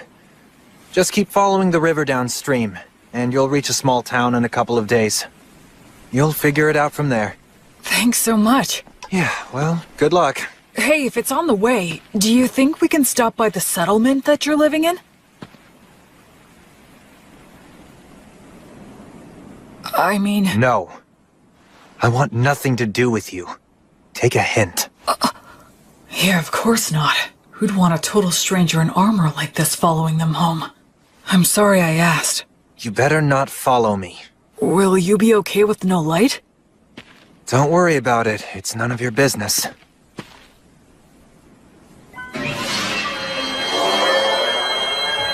What are those? Fairies. I've never seen them. They say elves, as followers of the goddess of Fae, have a strong affinity with other Fae minions. I guess that goes for him, too. Later. My name's Will. William G. Merryblood. What's your name? Menel. Short for Meneldor. Not that we'll ever see each other again. Try not to die on the road. Meneldor. In Elvish, I think that means a very fast-flying eagle. He was a bit abrupt, but it was fun talking to him. He looked around my age, but they say half-elves are long-lived, so in reality, he might be a lot older than me. Oh, right. I should be close to a town. If I'll be getting more soon, I might as well indulge tonight. Tomorrow, I'll start by heading downriver to the town. After that, I'll try to get some information there.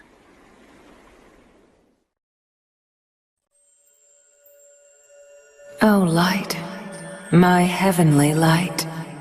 As you travel, I pray strongly for thee. Bring light to the faraway darkness. Be blessed.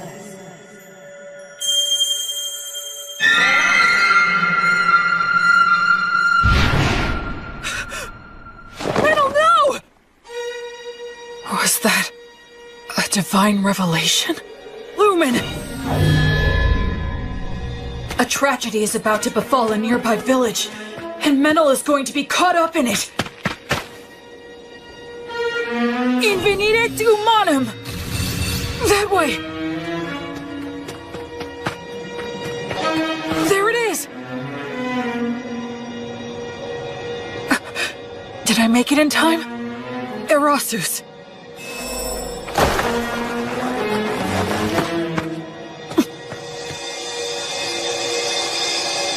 I thought I saw something shining in the forest right now. Sure you weren't just seeing things? Thank goodness. If I tell them I know Menel...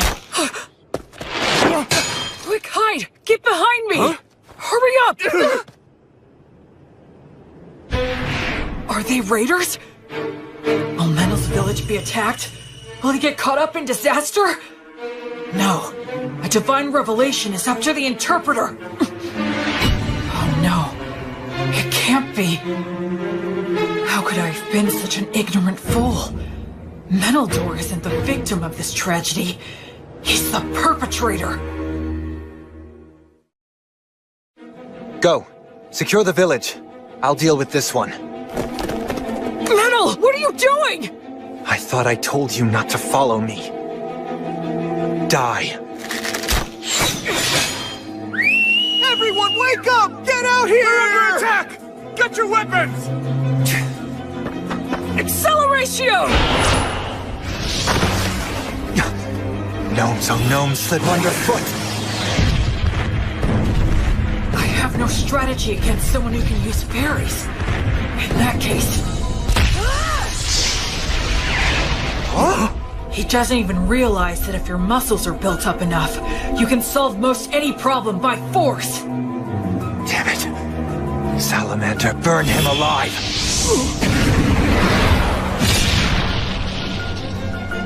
No way!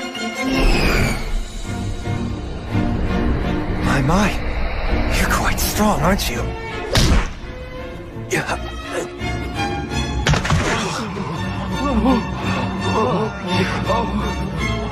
I need to subdue them all, before anyone gets hurt or killed. Uranium obligatio! They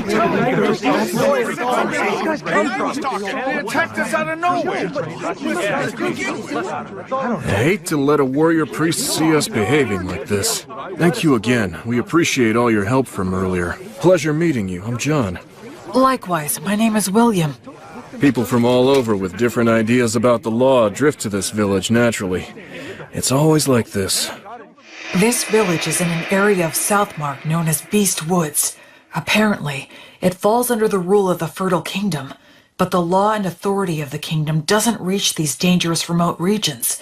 So the area is dotted with villages populated by criminals, fugitives with no relatives, adventurers who scavenge the ruins, and other outsiders.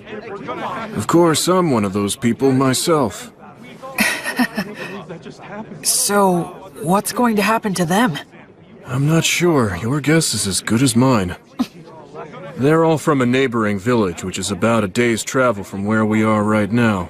Neighboring village? Neither of our villages are all that well off, but I thought they at least had enough stored up for the winter. And we have always gotten along well enough. Also, that silver-haired half-elf is a well-known wandering hunter in these parts. He's helped us get rid of dangerous beasts lots of times, but this... Settle down now. Everyone's worn out from all this chatter. Time to take a break and have some water. This is our chief elder, Tom. Good day, warrior priest. John has told me all about you. Please allow this old man to also offer his gratitude. Oh no, all of this is because of the guidance of the Goddess of Light. Oh, well, in that case, I must express my gratitude to the goddess as well. Now, warrior priest. Is it safe for me to assume that if anything more were to happen here, that you would protect us? Yes. I swear on the light that is Gracefield that I will protect everyone here. All right, then we don't need to worry about our safety if those ruffians attack again. Now listen, everyone, I believe we should wake them all up and ask why they've done this. Do you all agree? We should hang all of them. That'll be hard if you care. Prisoners like these guys ought to go quickly. But it's dangerous to do that before we know anything. Maybe the warrior priest here can help us to decide. It seems like he wants to question them before proceeding with a plan. The demons. Our village was destroyed by them. Many died. Half of our village is gone. Our women, children, and wounded were left with no food or any shelter in wintertime. If we're gonna die with just the shirts on our backs, then... I'm the one who suggested the raid. I knew we'd lose against the demons. We would be better off looting a village and going somewhere else rather than dying.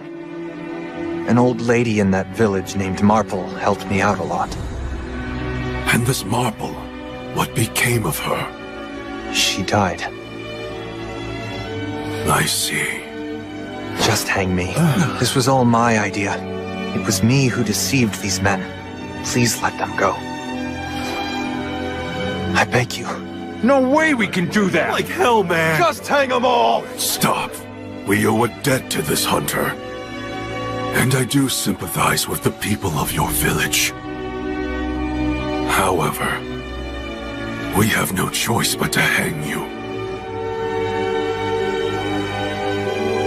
Since they have nowhere to go, If they're set free, they'll just loot again. They have to be killed for the safety of the village. That's the smart choice. But my mother told me, love others unconditionally, and always do good things. And my father told me, move forward with faith in the results you'll achieve. And don't get so stressed that you freeze in place. I still carry their words with me, right here in my heart. Excuse me!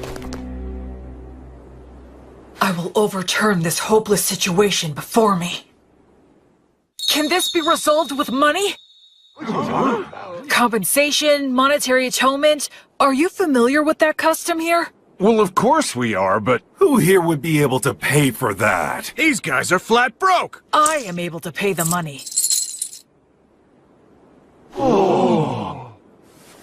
Warrior priest, why would you offer this? Because demons are my arch enemies. They're the ones who killed my parents. Besides that, I swore an oath to the Goddess of Light that I would banish evil and save the suffering. We should readily assist those who have suffered at the hands of demons. We can't allow a village occupied by demons to exist. I'll go and fight them. Actually, I'd like to hire this young man to accompany me. He's an excellent hunter and he knows this forest, right? I'm going to need his talents to help me locate and fight the demons. And I can pay handsomely. Are you sure you want to do this? I feel like we're the only ones benefiting. It's a reward for all of your exemplary day-to-day conduct. Gracefield, the goddess of light who governs souls in the cycle of death and rebirth, is always looking upon your daily lives with her compassionate eyes.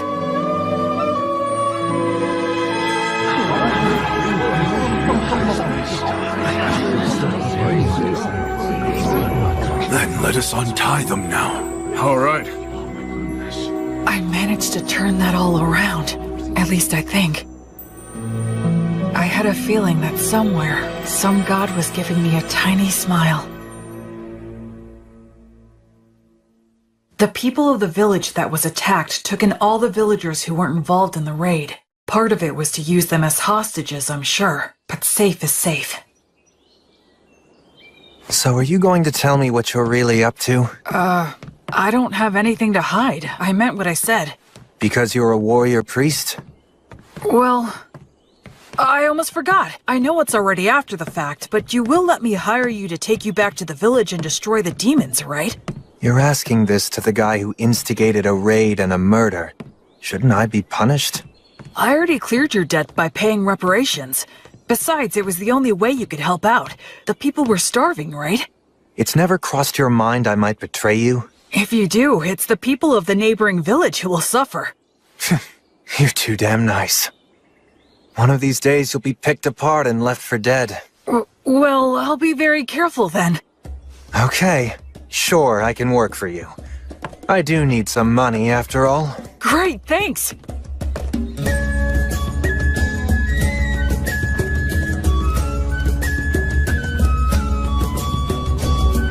So, what are you gonna do for the time being? Huh, Mr. Bossman? Our challenge is that demons have occupied the neighboring village, right? I guess we'll just charge in. We don't have much time. Oh, what, are you insane? There are a lot of them, and they've got demon beasts. You got a plan? What are our odds? It'll be fine. I'm used to them. Well, you are right that we have to hurry. The people who died might have turned undead by now. If that's true, I need to return them to the cycle before they get lost and end up stuck here.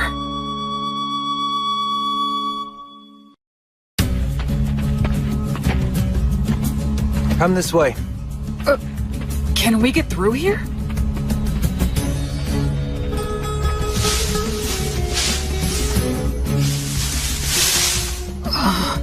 This is perfect. We'll camp here tonight. Dear Green Ones, grant us shelter, a bed of grass, youth of trees, and strength for any surprise guests. Wow! It's not such a big deal.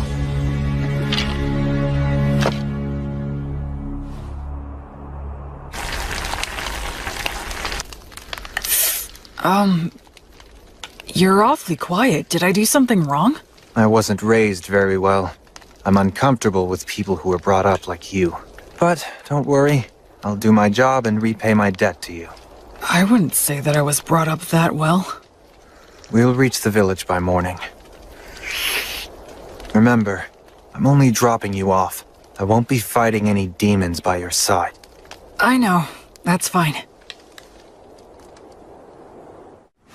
Shouldn't we keep watch? The fairies will do it. They'll wake us if anything happens. Hey, why don't we stay up and chat for a bit? I'm tired. If you want to stay up, do so on your own. I wonder how long it's been since I began my travels. One thing's for certain. It's my first night spent with someone else since my departure. Like lizards. I forget the name. Vroskis? Yeah, maybe. It's something like that. And what else? They have several soldiers patrolling outside the temple. I know there's at least one demon beast inside. What's the demon beast like? Well, it's got a human-like head, the body of a lion, and wings like a bat's. It's a manticore. You already know these guys? I've studied them a fair bit, but still. I'm glad there's not more. Excuse me? Let's just go and head on and crush them.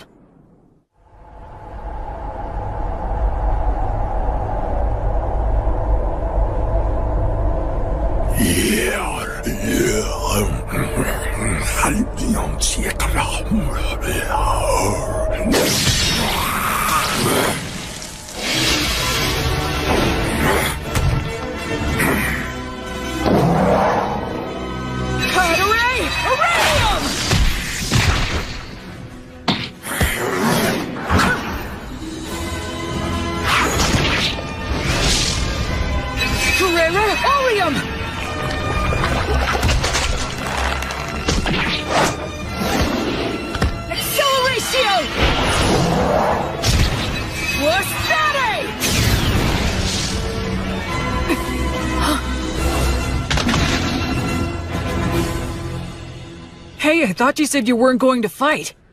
I jumped in because I could tell you were winning. I don't know many people who could tackle those guys alone and win. The conditions were in my favor. Regardless, your strength is abnormal. Do you do some special training or something? I eat a lot of bread, I guess. Humans usually don't get stronger just from that. Well, I think we took care of the bulk of their forces. All that's left is to clean up any surviving demons. I hope some of the villagers survived. Oh, hang on a second.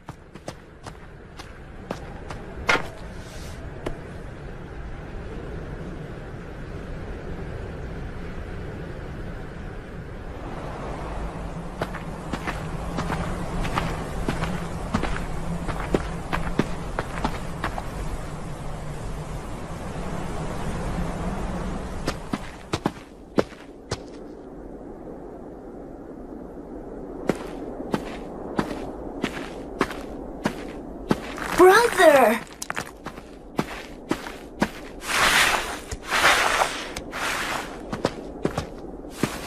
Brother Menno, it's really you! The demons came. They attacked the village. It was so hot, but I stayed strong and didn't make any noise because I told myself to have faith and believe that you would return for me. And Brother Menno, you did come back. Thank you. Why won't you? What's wrong? What happened? Did I? Hey! Listen, you did well. You did a good job. Who are you? I don't... Don't worry, I'm a good friend of Brother Menno's. I'm sorry. He's a bit unsteady on his feet because he's very tired. Oh, okay. That's right, you're a good boy. Go on. Menno? I got here late. Sorry about that. That's alright. It's fine. You must be tired. You should rest. Yeah, you're right. feel kinda sleepy. Sweet dreams, little one. Goddess of Light, Gracefeel, grant him some peace.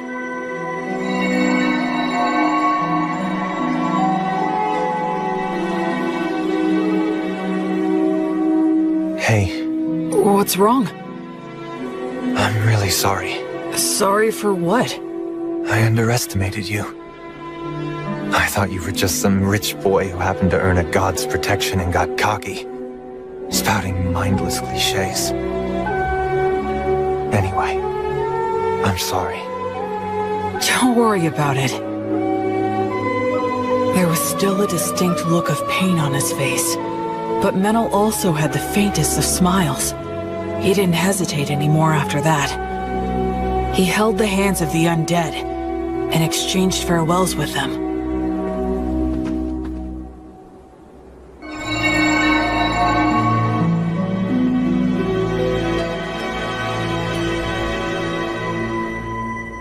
I think we checked all of the major locations.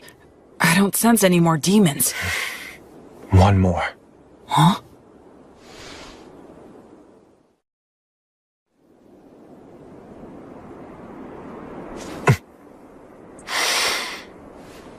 Hey! You in there, old Marple? Huh? Whose voice is that? Oh, look, it's you, Menel. This ghost is close to the highest rank. But her soul must be extremely tough. If she resists, my power might not be enough. If it comes to that, I'll have to use a magic weapon that works on spirits. You really don't need to worry so much, young man. Huh?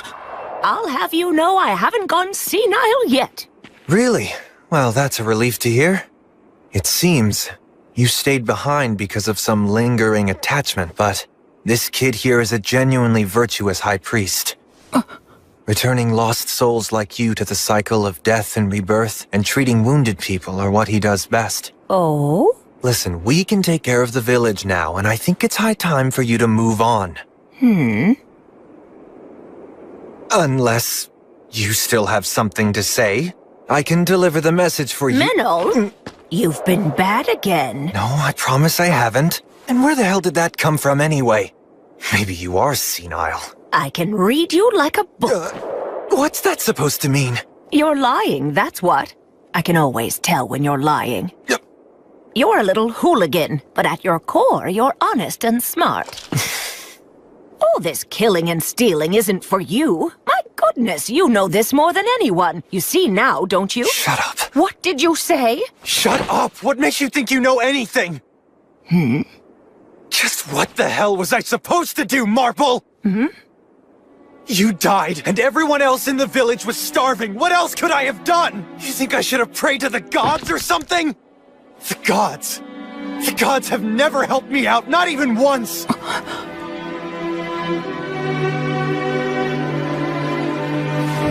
it! Damn it! Damn it! Damn it! Damn it!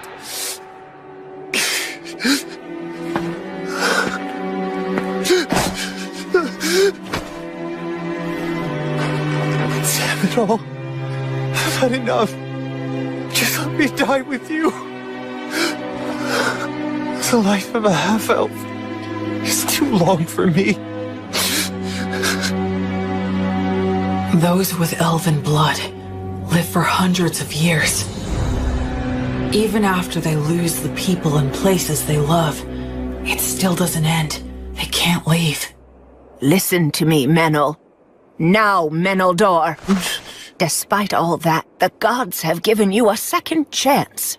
It's your last chance. Stop living like some useless bum. You may hate the gods, but remember that the gods will never stop loving you, even if you don't notice it. They will always shine their light, never growing bored or tired of you. So now, you just need to realize that light is there. Okay, priest, I'm ready, but if you wouldn't mind... Yes? Can I entrust you to look after this poor fool? He's not really such a bad boy at heart. So please, treat him well, won't you? I will. And as for those darn demons and demon beasts that attacked the village, I'm certain that they weren't just strays. The stronghold where their boss dwells is deep in the forest, and he sends his demon minions all over the place from there. He commands the demon beasts to attack people. It seems like they're putting all their effort into one big evil plan. If I may, your lingering attachment. Well, I couldn't pass on without making sure someone knew this. Anyway, I appreciate the offer, but I won't be needing your help. You see, someone's already waiting for me. Oh, she has someone. So it's about time for me to be on my way. Menel, dear, do take care of yourself. So many things happen in this world that can never be taken back again. So stand up and put your best foot forward. There are things you need to do. Damn it. You old woman.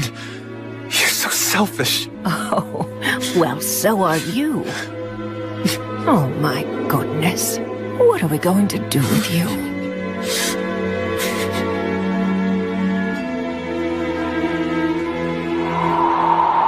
Well, I'll leave the rest in your hands.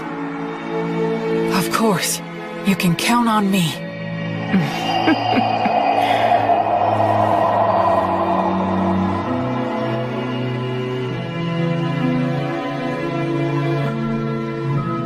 The present state of this world is dark. At the very least, in this area known as Beast Woods, demons and demon beasts still run rampant, never fully exterminated. No nation's laws reach here. So even among humans, robbing and mugging are widespread. Certainly, as an outsider just passing through, I'm not obligated to do anything. I could just walk right by it. But as you travel, I pray strongly for thee. Bring light to the faraway darkness. Be blessed.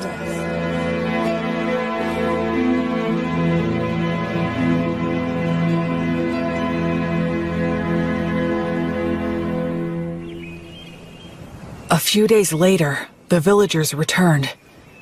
Though they were shocked to see the state the village was in, they eventually gathered up their remaining farm tools and started digging holes to bury the dead. And we all laid them to rest together. So, what are you planning to do now? Well, feast your eyes on this.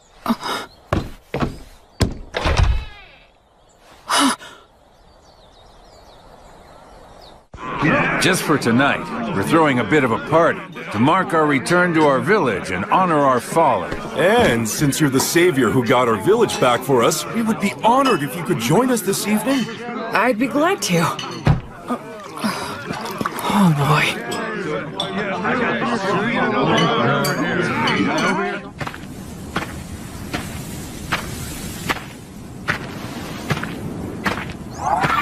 Menel.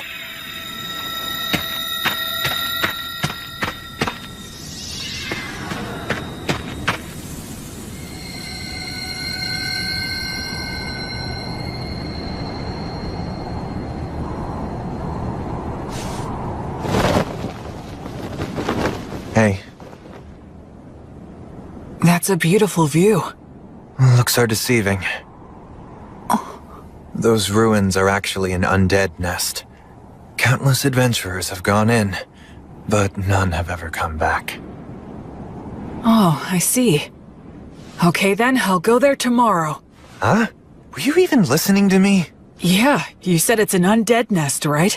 If it is, I need to go and return them all to the cycle. I forgot who you were for a sec. Being around you throws me off my game. And here I thought I was a much more indifferent person than that. A little late to say that after the way you were wailing earlier. Well, why are you saying that to someone who's already depressed? Hey, Menel, what was Marple like? Can you tell me about her? She's strange, exactly like you saw her. I was born up north in Grassland, in the great forest of Erin. That's where all the elves live. My mother was a woman of insatiable curiosity. She took off somewhere outside the forest, came back pregnant with some stranger's child. Then she gave birth to me and immediately died. I grew up at a different pace than everyone around me, and the thing with my mother didn't help.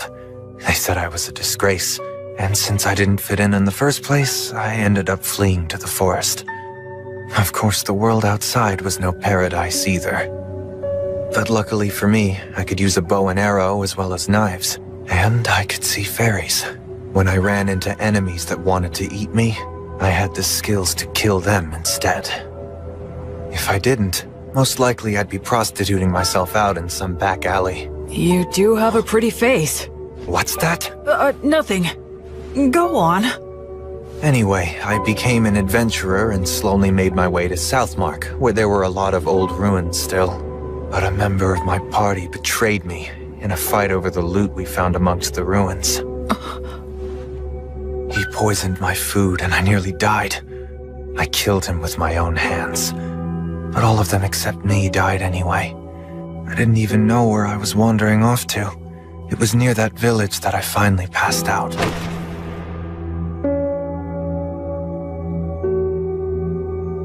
Marple was the one who found me and took me in. At the time, she wasn't that old yet, but she was still such a weird woman. She lent her bed to the antisocial kid she'd found lying on the ground. She let me eat her food, and even lectured me about trying to live a decent life. A lot of people ended up at that village after being found by her. What was she exactly? I have no idea, really. Of course, she's dead now, so we'll never know. That happens a lot on this continent. She did take me in and looked after me well. That's when I started pretending I was a hunter. There are a lot of nasty creatures and demon beasts in this area. I was relatively useful, and I had a place to belong. But I lost it all without any warning. I got all the survivors together so we could be the ones doing the stealing. But thanks to you, we failed miserably. It sucks having a longer life than anyone else in a place like that, so it's depressing. I just want to die sometimes.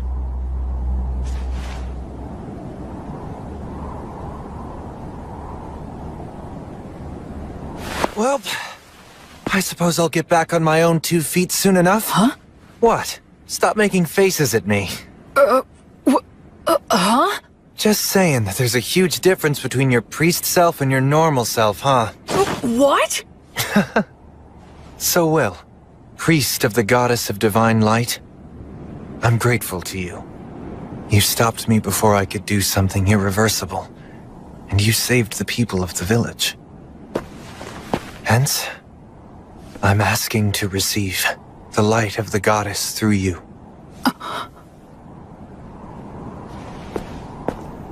Do you accept what I ask? I will act as the medium. You can form a bond with my goddess. I will pray for you. May the divine goddess of light, Gracefeel, hereby love you, illuminate you, and always walk by your side in your travels. To my guardian deity, I swear to live my life honorably. Please shine your light upon my path. Help me atone for my sins. There'll be tough times ahead, and I might want to die now and then. But I'm not gonna stay down. I'll put my best foot forward, like the old woman said. Menel, you're really strong. It's amazing. I admire you. Come on, stop being gross. Between the two of us, you're the strong one. Where exactly does your power come from? I'm not strong. I just lucked out and happened to get amazing teachers in my life, that's all. Well, I'm not going to meddle. Anyway, ready to head back? Mm-hmm.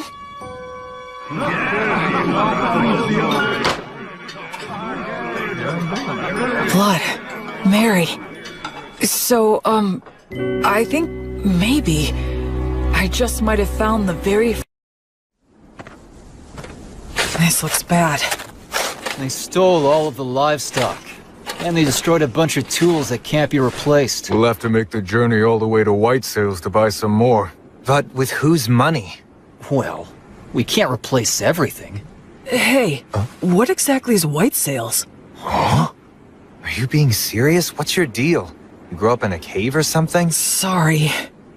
So, White Sails is this... could you tell me about the history of this place, too? Yeah. Alright, fine. You know we're in the southernmost continent, known as Southmark, right? Yes, that I know. So around 200 years ago, Southmark was engulfed by a horde of demons. The 100 heroes took out the king of the demons, but the humans abandoned this continent, crossing the sea to retreat to grassland in the north. The 100 heroes? That's Blood and his buddies. Since the Fertile Kingdom unified the southwestern region of grassland, they've been cultivating the land with the intention of reclaiming it. And as for the area of White Sails, it's the port town that became the center for immigration from the north. I see. A lot of misfits and aspiring heroes go there. Also, those with divine revelations. You're hoping to gather more faithful on this trip too, right? I understand that Gracefield used to have a lot of devoted followers on the southern continent. Can you tell me more? I think that most of her followers were scattered after the Great Collapse. Yeah, that's right. But those followers who managed to escape to Grassland kept her name alive. Yes, even so, her following has declined quite a bit. Rampant demons and demon beasts. Villages that resort to thievery. Faith in the goddess dying out. Perhaps this was the mission that the goddess had in mind for me all along? Well, enough of old history lessons. We need to help the villagers now.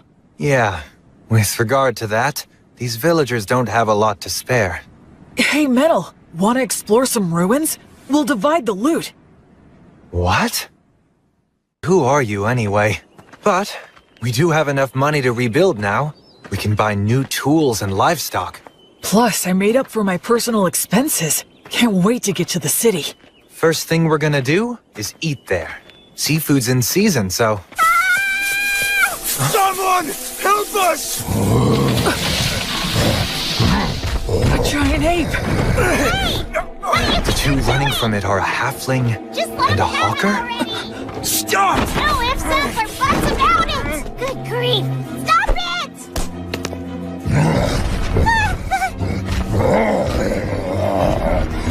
Yeah. Who are you? What is this dangerous? Blood told me that when facing a wild animal, the moment you break eye contact, you lose. Well then, come at me if you're going to. We can do a little wrestling.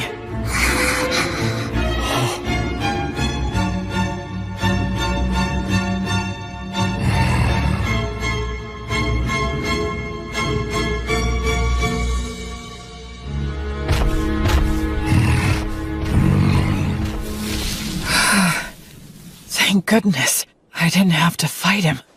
Are you okay? Wow, mister, who are you? Some kind of adventurer? Not many people can stop an agitated giant ape just by looking at it. You're incredible! Oh, I'm Robina. Robina Goodfellow. I'm a singing, dancing troubadour. I go where the wind takes me. You can call me B for short. And that dork over there is Antonio the Hawker. I call him Tonio. The company he worked for went under, so now he passes himself off as a hawker on remote country roads. Sometimes it's hard to get a word in edgewise. We were just on our way back to White Sails, which is my home base. White Sails, huh? Boy, you really saved our hides. Thank you very much. My name's Meneldor. I'm a hunter around here. We were about to do some shopping in town. And this guy is... I'm William. William G. Merryblood. I'm a priest in service to Gracefield, the goddess of light. You can call me Will. Wow, that's a noble name. Gracefield's the one they love in the southern continent, right? Oh, wow! I didn't know she still had priests. And not just any priest, a warrior priest. Am I right? Am I right? It's true. He may look spacey, but he's got mad skills. I mean, I hardly ever get attacked when I'm walking with him. Are you saying that the beasts know how strong he is and avoid him? What the heck? How cool is that? What? You usually see more of them? Yes, of course. That's why it's called Beastwoods. It feels like their eyes are piercing me. Anyway, is it just the two of you? No guide? Or were they killed? Well, actually, when we came across that giant ape in the forest, I'm embarrassed to say that they ran away. Some guys conned you out of their upfront pay and then bailed? You need to get way more savvy about people, Mr. Peddler Guy. I'm rather ashamed. And they made a big old racket when they ran too. It was really nuts. Giant apes don't even normally attack. They just look scary. They both lost their guides? So now what are you two gonna do? We'd be more than happy to take you with us if you want. We'll just say you owe us one. I'll do the deal-making, not you. So, we'll owe you one of what? We want to buy livestock, and some other stuff in White Sails. Ah, I get it. If that's what you want, then I'd be glad to help. I can introduce you to a dealer that I know. We appreciate it. And sorry for butting in. This guy has no idea how the world works. So were you really born as a true noble? He has that air about him, like he's pure and untainted. Nah. If I told you about my origins, I suspect you'd have a hard time even believing me. You mean you're of such noble birth that you can't talk about your family? And a priest to an unsung god too! Wow, that's fantastic! My poetic heart is bursting with inspiration! Wait. No matter what I say next, it'll probably only make it worse. Now what? Okay, it's settled. Let's get moving. Yup, time's a-wasting!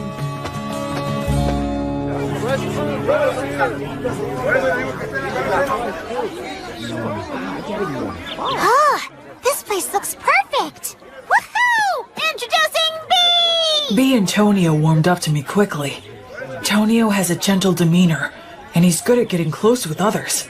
As for B, she doesn't seem to have any boundaries when it comes to people. Ahem! It is now time for me to sing you all a song. I'm counting on you to clap along for me, and you collect the donations, Will. Sure! You got it, B! Come on, come listen.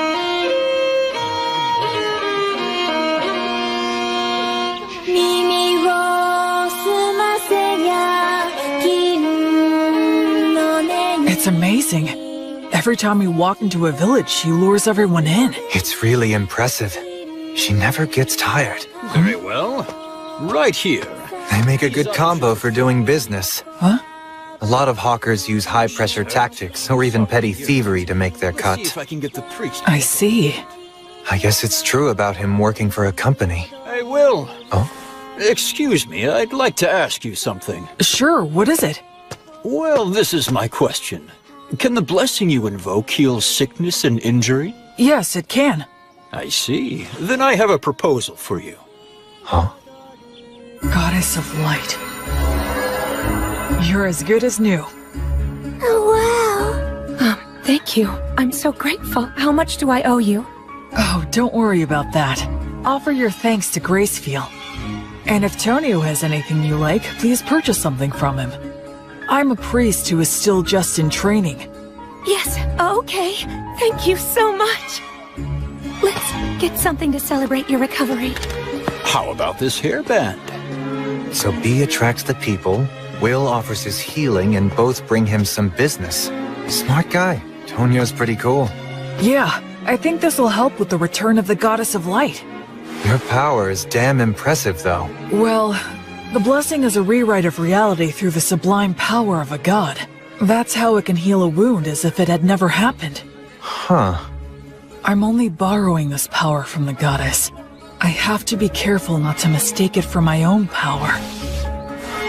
What? Still in training, huh? Well, I really am still in training. Will? Done with your free treatments? Oh, yeah. Then come with me. Huh? There's a party to celebrate everyone's recovery. Right now? If they're at a party, she can sing again. He can sell more of his goods. He's a sharp salesman. We continued to pass through several villages, earning money in the same way as we made our way north for a couple of weeks. Then we emerged onto Wheat Road. Let's sleep over there tonight. Man, you guys went too crazy. It's already dark. Sorry about that. Whee! I'm in such a good mood today, I'm going to give you all a free performance. Wow, how generous of you. Now, wonder what I should sing. I think Race Stop the Penetrator is epic, but it's way overdone these days. I know! The three heroes from the killing of the High King! It's a really good one. It's got the Wandering Sage, War Ogre, and the beloved daughter of Mater. Ah, that sounds great. Now that's a solid pick. Actually, I haven't performed it in quite a while. Hey, what's wrong, Will? Oh, it's nothing. Go for it. I'd love to hear you sing. Great, you just said the magic words. Without further ado, then. Time rolls on. Or perhaps it's us that's marching on. Be it the strong and sturdy warrior, the bright sage, or the holy woman. So their names really are remembered. But their ashes and their names remain. This is precisely why their song must be lifted up high. So their good deeds live on, and their heroic names resound throughout the world. I sing this night of the Wyvern Killer, just one of the many fearless adventures of the three heroes. Keep quiet now and listen to this tale, one and all.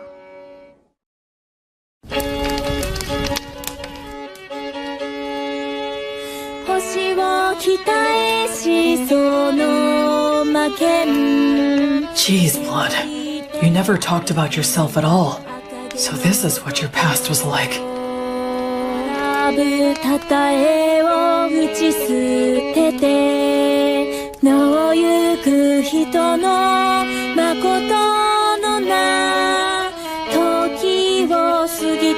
I guess no one knows Gus's real name was Augustus.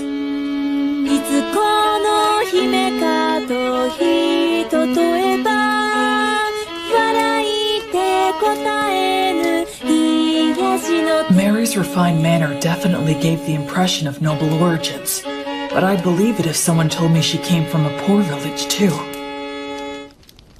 These are bygone days, now far away in the past. Oh, countless wishes now left with no way home. I can only play your melody loudly, to be carried upon the passing winds. The story takes place before they were known as heroes, when the three of them were traveling together. A certain remote village that they visited was attacked by a wyvern, and a beautiful half-elf was chosen as a sacrifice to appease it. Upon hearing of this, Mary said they should save her, but Blood asked where they could possibly get the money, and Gus said nothing. Their personalities in the song are slightly off, I think, but still, it brings their voices, words, and expressions clearly to my mind.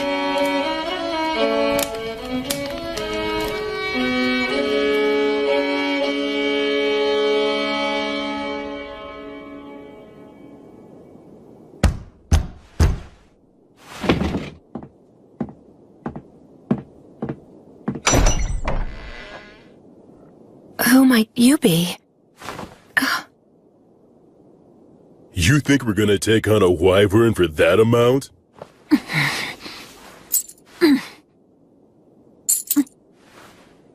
Ah, what fine money. Look how it sparkles and shines. If this will be the payment we're given, then... We have no choice but to do the job.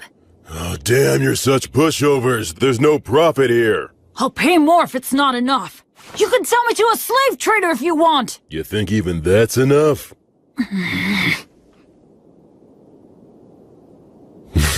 You do have some guts in you, kid.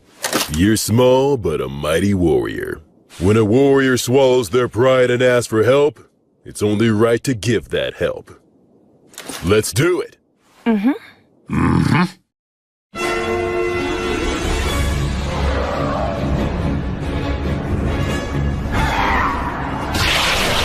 Ligatur, nodus, obligatio!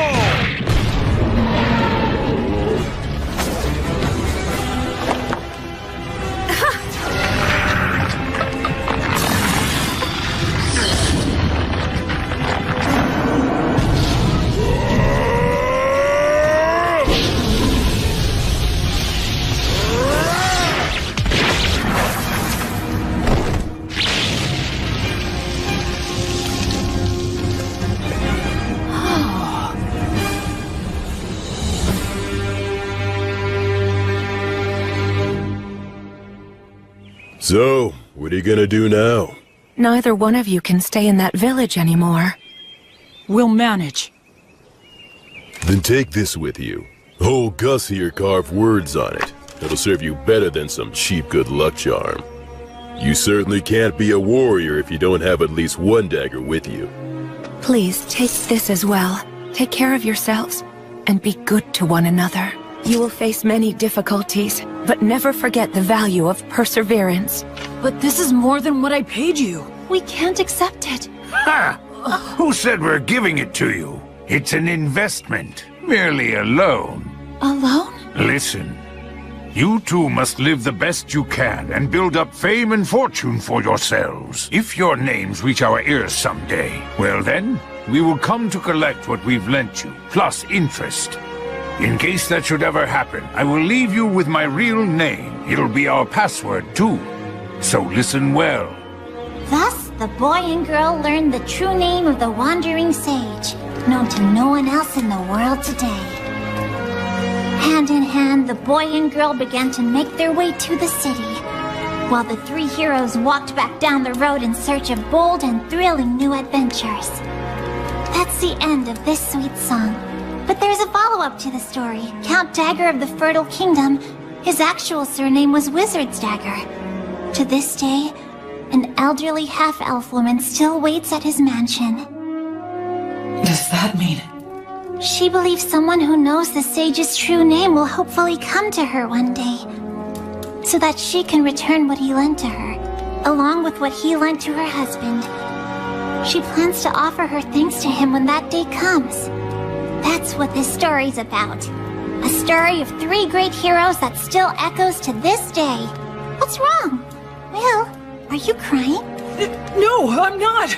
I'm not crying. Aw, come on now. It must have been Bee's great storytelling that moved you to tears, huh? No, it's not that. I promise you. Don't be shy. There are still so many people in this world who fondly remember the three of you. There always were. That makes me happy beyond words.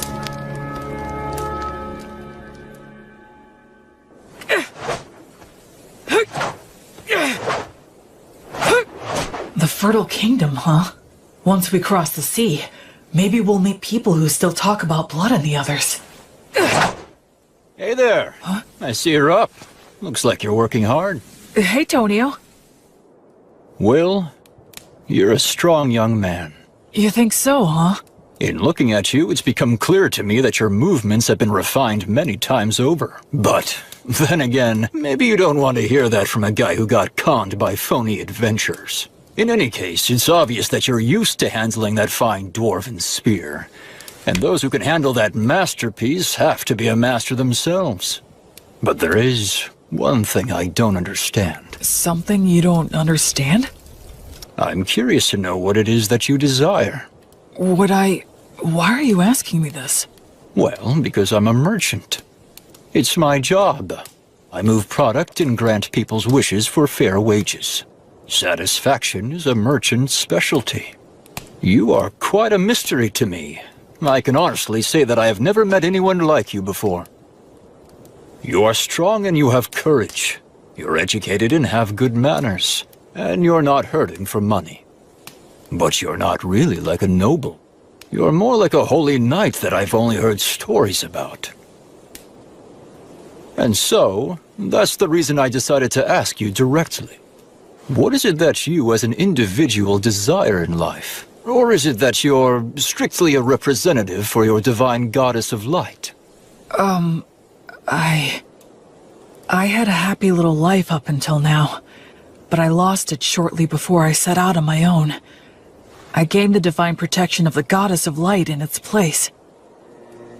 There's still so much stuff that I don't know about in this world, and so I'd like to start learning about it. I'm sure that in the process of learning, I'll naturally find out what it is I want. Oh, I'd like to have friends and companions, I guess. Is Menel not someone you'd call a friend? Well, actually, I think he and I get along fairly well, but he seems hesitant to acknowledge me as his friend. He only ever calls me priest, like he has to put me on a pedestal or something. Yeah, Having friends is important to me. Yes, I understand. Then perhaps I will nominate myself to be in third place position. Huh? Because I'm sure Menel and Robina would be mad if I jumped in line ahead of them. The very thought scares me. Well, shall we get some water and start preparing breakfast for everyone? Yep. Okay, here you go. Wow, so good! It really is. You're a fantastic cook, Tonio. He sure is. Honestly, it's one of the only reasons I travel with him. We're eating a lot better now, thanks to Tonio's good cooking. That's right, you can't cook to save your life. Well, it's just that... Hey, Menel, your cooking isn't all that hot either. What? You ate it. Well, we always get good bread from Will at lunchtime. Isn't that so cool? He prays and it suddenly appears. I'd prefer to stop as little as possible. I'm grateful to have food I can eat as I walk. Cool. Let's get ready to leave as soon as we're done eating. Yeah. You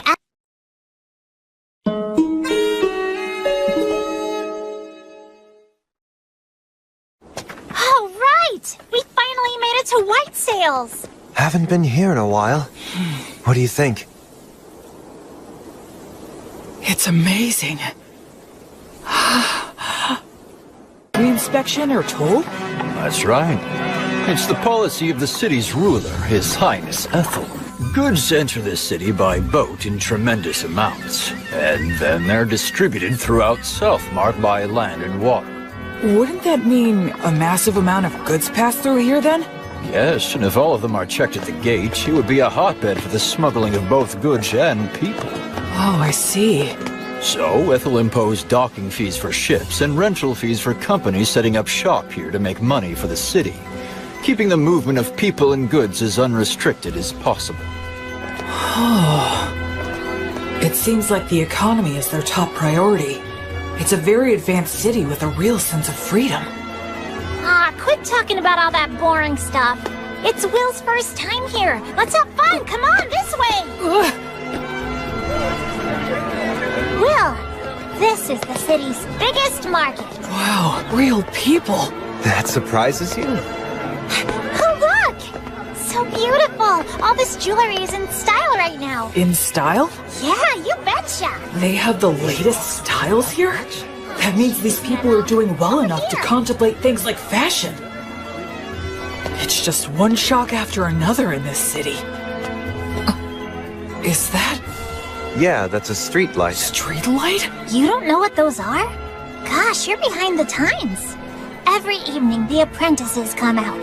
They're from the Academy of Sages, and they light up all the posts which have the words of light engraved on them.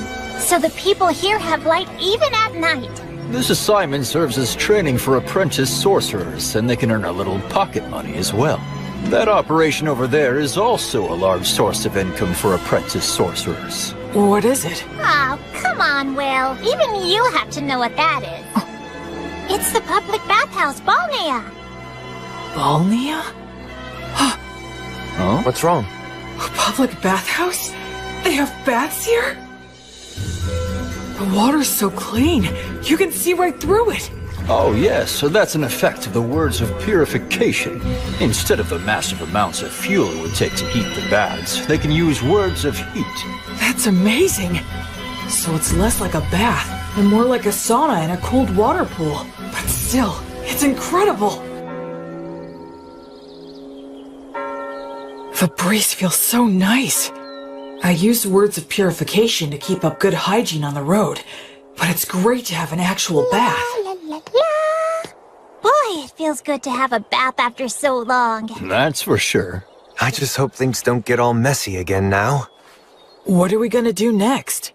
One of the best things ever!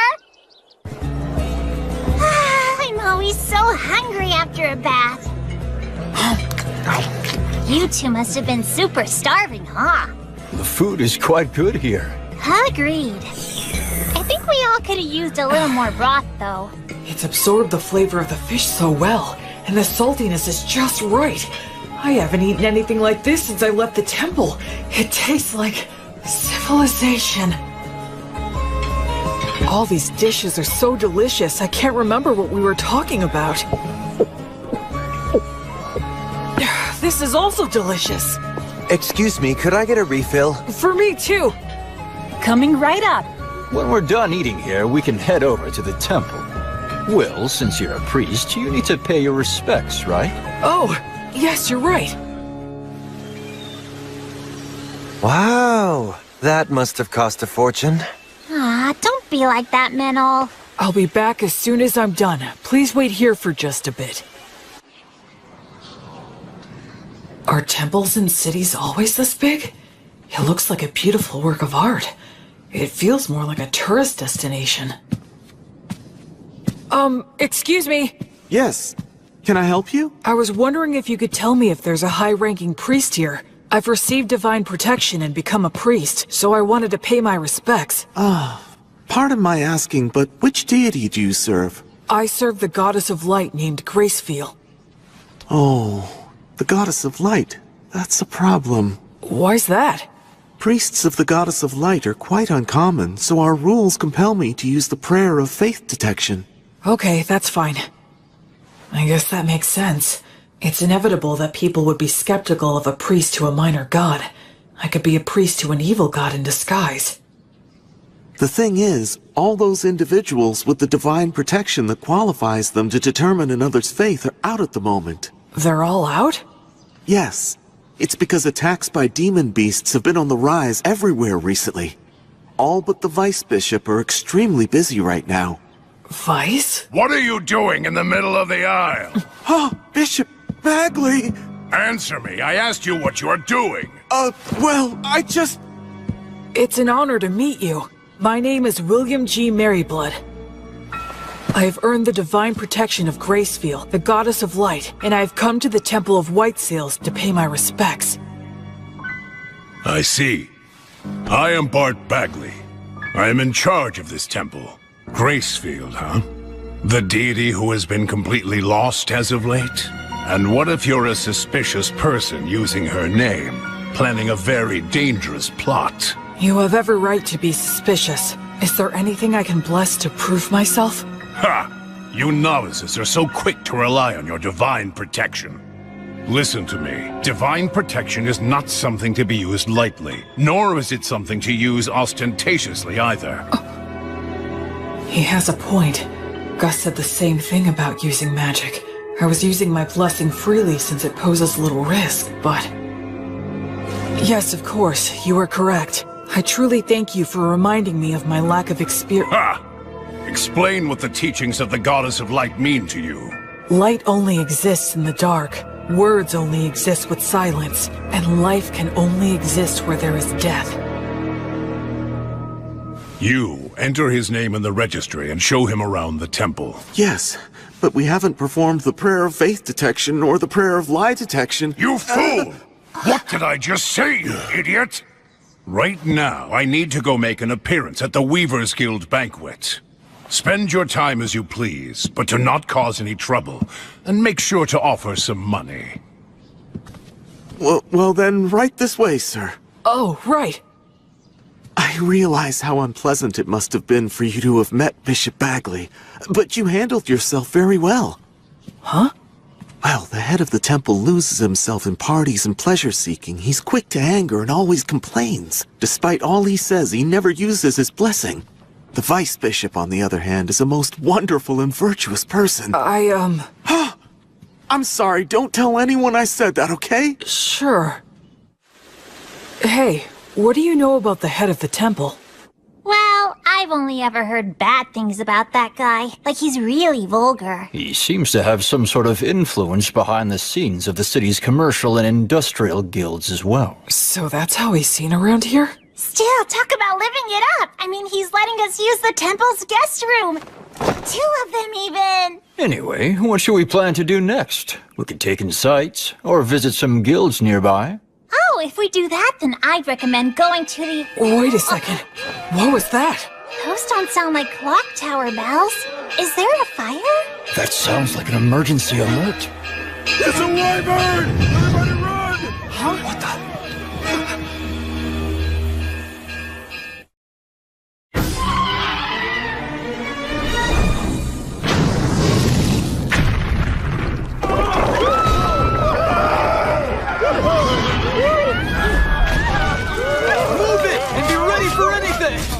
Someone come help us! He's pinned under rubble! What's going on? Stop pushing! Where's my child? Oh, gods.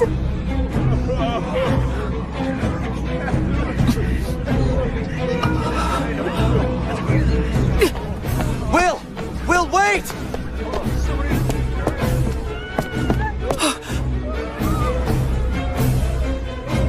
Why is a wyvern here? Fire!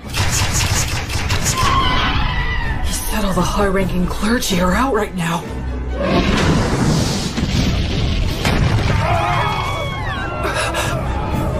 Their civilization, their city, everything the three of them protected. A place where people can live freely. Verba! Volanto! Tony Truce! It missed. But among the words I can use, these have the furthest range. I'll just have to keep firing until I hit it. What are you doing, you idiot? Why are you shooting off high magic like that in a blind fury? You'll get yourself killed! But nothing! You're fighting a wyvern. You have to be more efficient than that. You've got smarts. I suggest using them, you moron. Don't just rush in. You should start off by learning how to use your minor magic more skillfully and accurately. I got it. All right, then. Think. What can I do about this wyvern using all that I know? Menel, would you help me? I need you and your fairy magic. Right. B, Tonio! Huh? Please work with the people nearby to get everyone clear of the temple's front garden. I'm going to bring the wyvern there. Your Excellency, you must take shelter below, quickly! How could this happen? Dozens of people, if not hundreds, will die. Sylphs, maidens of wind. Your steps are the wind's steps. Your song is the wind's song. Sing in chorus, sing in rounds, cheer and applaud. Your sweet harmony shall spread the words of origin in the 10 directions. Verba, Volanto, Conciliat, Sequitur, Tony Truce, Auranium.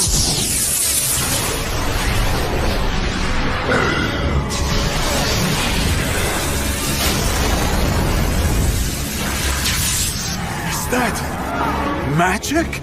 There's a fairy user too? Oh man, are we lucky. We've got this. We can do it. Hurry!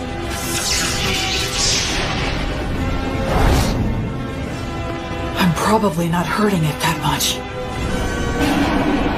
But that's fine, so long as the wyvern identifies us as its enemies. Almost all beasts of this type are highly aggressive. Even in situations where they could get away, they'll choose to take the offensive. Here it comes. Truth is, the rest of the situation depends on how close my skills have come to theirs. Goddess, I now fight for the sake of my oath, to banish evil and save the suffering. Pray, be as unbreakable as a diamond. For eternity, for all eternity, reject all that is evil! On the flame of Gracefield, goddess of light!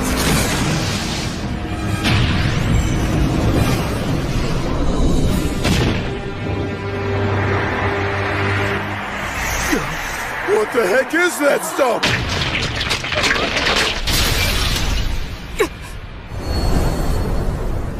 Sylphs! Beautiful maidens of wind, dancers in the gale! Show those ones foolish enough to fancy themselves better dancers the bitter taste of art!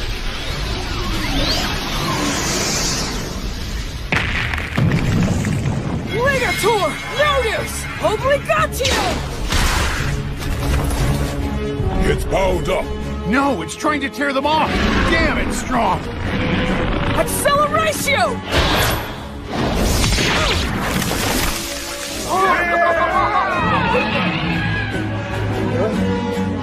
Unbelievable! That didn't finish it off. Run! It's gonna use its breath! There are still people back there. What do I do? What can I do? Go get him! Acceleratio! Oh, if you're stuck, use your muscles. Be violent. Take him down.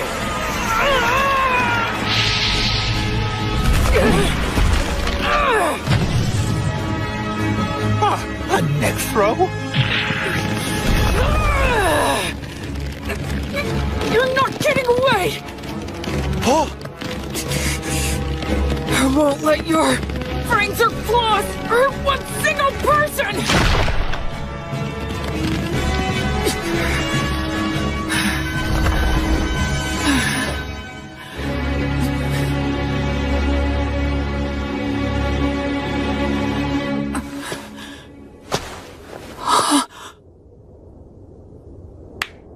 Well done! Excellent work!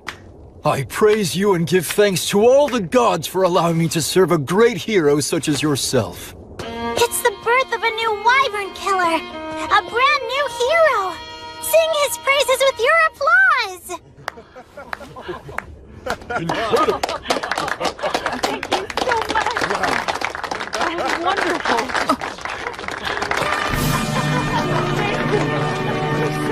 Guess we were too late, huh? I had no idea so many magic users and a warrior strong enough to kill a wyvern were staying here. It is truly divine providence.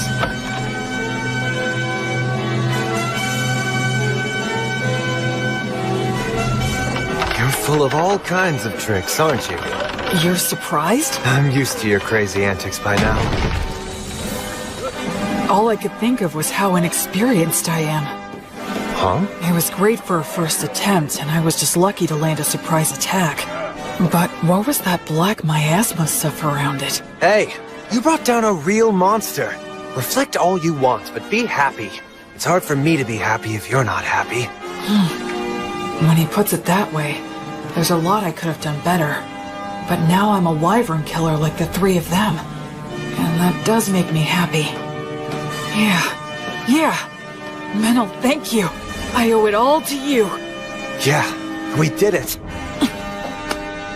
Come on, you know damn well it was almost all your doing, you idiot. Is the wyvern killer here? Yes, that's me. How can I help you? Please, come with me, quickly. His Excellency, the Crown Prince, wishes to see you right away. Welcome to my mansion. You're a great hero. So, this is the Crown Prince of the Fertile Kingdom, the Lord of White Sails, and the ruler of Southmark. It's more than I deserve to stand here in front of you, Your Highness. I came immediately when I heard your request. My name is William G. Merryblood. Oh, you are well versed in the old etiquette. I assume you are of high birth, correct? No, if Your Highness could please refrain from asking about my origins. That must be some story. So be it then. Please, have a seat. Thank you.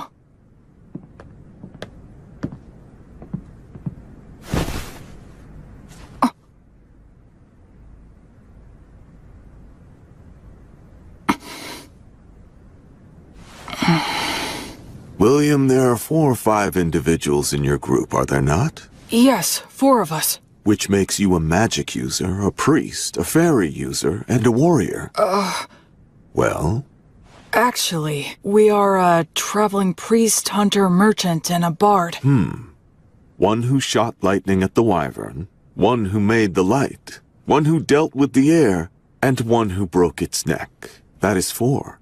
If that makes 4 people, it is indeed correct that we are 2 of them. What are you talking about? I can explain. My friend there, Meneldor, called the fairies, spread words, and manipulated the air currents to bring the wyvern down to the ground. So you're saying your friend is the fairy user then? And the rest? The rest was me.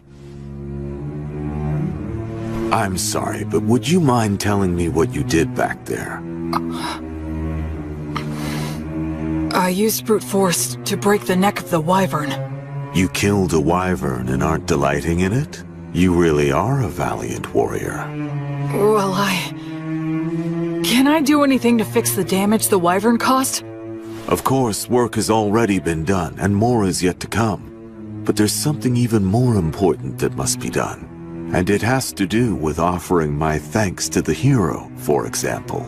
Oh no, Don't be modest, William. I do not want my people to see me as an ungrateful man. On behalf of the people of White Sails, I, Ethelbald, thank the both of you for your courage. You did well to minimize the damage caused by a wyvern's surprise attack. I am unworthy of such praise. I would like to bestow upon you a reward. Is there anything you want? If I may, Your Highness, I traveled here today via Beast Woods to the south. The villages in that area are currently under threat by an army of demons commanding savage demon beasts. I see. So if I may ask you, would it be possible for Your Highness to send his soldiers over there to help hunt down the demons? It's not impossible, but it would be difficult. You saw that wyvern. Within parts of Southmark that I govern, demon beasts like it have caused frequent incidents. You mean... Of course, it's that toxic miasma. Any being it touches is corrupted and turns savage. Are you certain you are well yourself, William? I am naturally resistant to poisons. Oh, that is good to hear. Under the previous king's policies, we expanded our domain too much. We cannot even sufficiently protect the villages we directly govern at the moment. Do you understand what I'm saying? Then... would you give me permission to hire adventurers and mercenaries with my own money and organize an army to drive out the demons? William, are you certain you recognize the full extent of what that could potentially mean? Yes, I understand that I am asking a considerable thing of you, Your Excellency. Yet you stand by your request. Yes. Because if I don't, then how many more tragedies would we be forced to simply overlook? Except to save everyone here is a task not even gods can achieve.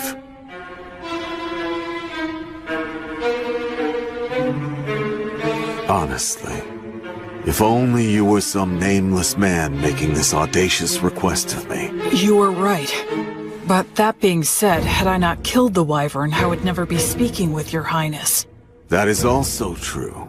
But I must also consider the option of having to kill you. I must also consider the option of having to kill you. That's unnerving. And how will you explain my death to everyone? I'd simply say that you were poisoned in a battle with the wyvern, and you started to spit up blood since the treatment was too late. I understand what his disposition is. A hero who can't even prove his identity is asking him for forces to operate in a region he doesn't even govern. Of course he'd see it as dangerous. I can handle those two, but there's still the risk of projectile weapons, and the prince is pretty skilled himself. No, it's pointless to think about that. In any case, I have to get through this somehow. I need to speak from the heart and plead my case as earnestly as I can. Your Highness. Go ahead. If all the saltiness were to disappear from the world, then what would give salt its distinctive salty flavoring? And if all those who carry a flame were to live entirely in the sunlight, upon what would they shine their flame? For my part, I'm fortunate to have received a part of that flame from Gracefiel, the divine goddess of light. I firmly believe that the ones who carry that flame are the ones who should march first into the darkness. They must shine the light upon those who lament in darkness and light the path for those who follow behind. So please, I beg of you, can you somehow grant me permission for this unusual undertaking of mine?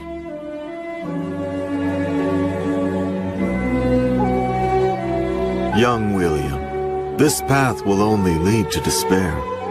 It won't work, and even if it does, you will pay the price. But I have some business with that despair you're speaking about. Oh, really? And what is that? I don't like how its face looks, so I want to go and kick it in as hard as I can.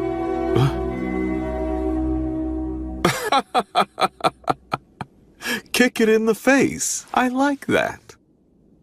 Come to think of it, you are a high priest, aren't you? And you have quite a good friend, too.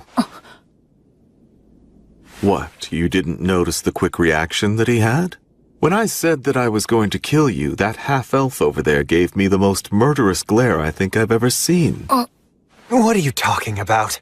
I did that because I thought you were gonna kill me as well. Damn it, don't look so happy. Bishop, please stop. Please wait, Father! This is with a guest at the moment. Stay out of my way! You damned ridiculous fools! Prince Ethelbald, please, I beseech thee, do not act irrationally! Who, me? Why, Bishop Bagley. I have no idea what you're talking about. Do not play dumb with me! This young man is registered with my temple. He is in the books. Though it may be temporary, he is a member of the temple. And you beckon him here without a word to me? Do you mean to disregard the temple's authority? Oh, I had no idea about that. Is this true? Yes, that's true. Claiming ignorance is not an acceptable excuse. You cannot forego the verification protocol simply because I was away. So you say, but the people from your temple seemed very happy to send him to me. A total lack of discipline. I will give them a stern talking to later. In any case, he must— The thing is, Bishop Bagley, he is not what you think he is. Huh? He came here and asked me to assemble a private army. He says he wants to save the poor people of Beastwoods. What? You? I would be lying if I said it never crossed my mind to kill him right here and now. But he's so frank in the way he expresses himself that somehow I started to find it amusing. Which is why I was just sitting here thinking of officially appointing him as a knight. Would your temple be willing to give him its blessing? You know, he would become a paladin. The temple and I can share the profits and responsibility. What do you say to that idea? Of course, naturally, he would fall under our joint authority. You could always have him excommunicated if need be. That's not even the issue we're talking about! The temple can attest to his character. And as the Wyvern Killer, he should have no problems with all the rest. This is proceeding too quickly. I'll return to the temple and think it over. Would that be all right? Yes. But it would make me truly happy to see this happen, Bishop Bagley. I have taken a liking to this young fellow. Assuming I do decide to become his patron, you can spare me your silly games. You, novice boy, we're leaving now. Right.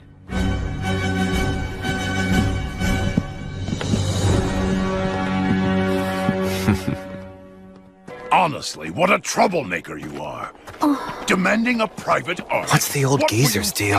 Menel, actually he's— Especially you!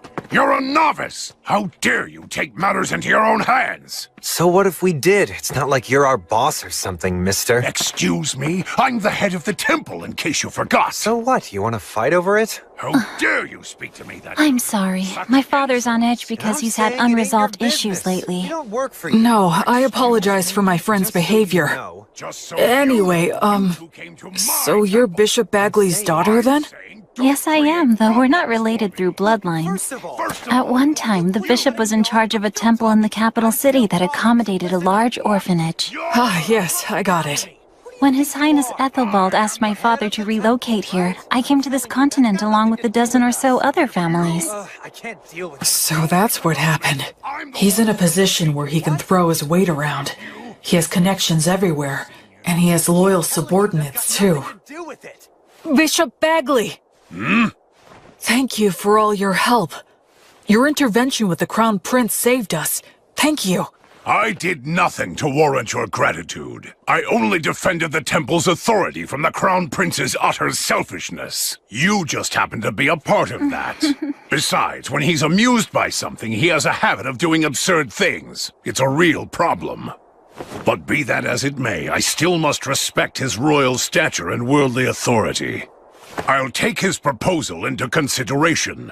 You will remain in the chapel after the evening prayer. All right. I understand. The thing is, What? What's the evening prayer? You unbelievable fool! You know the prayers that are called Vespers and Compline? Those holy practices were revised 200 years ago. Did you serve your apprenticeship with one of such a long-lived race? Sure. I guess that would be a good way to put it.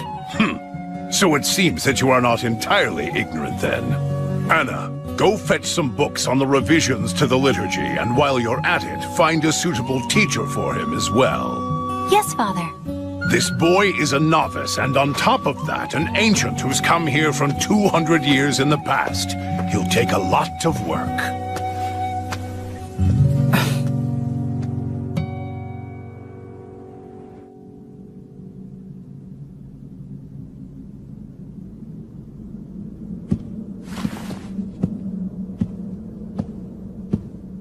Greetings, Bishop.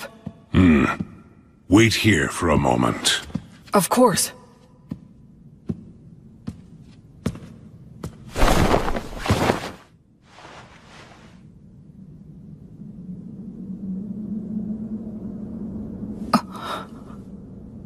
His praying form looks frighteningly masterful. Other than Mary, I've never seen such an expert.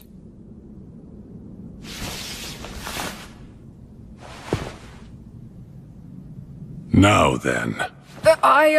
What is it? As head of the temple, you have earned a high level of divine protection, yes? Equal to my own, if not even higher. The people of the temple told me that you don't use the blessing, and when you pray, either you don't let anyone watch, or you don't apply yourself fully when others are present. Why is that? Ha! Foolish novice.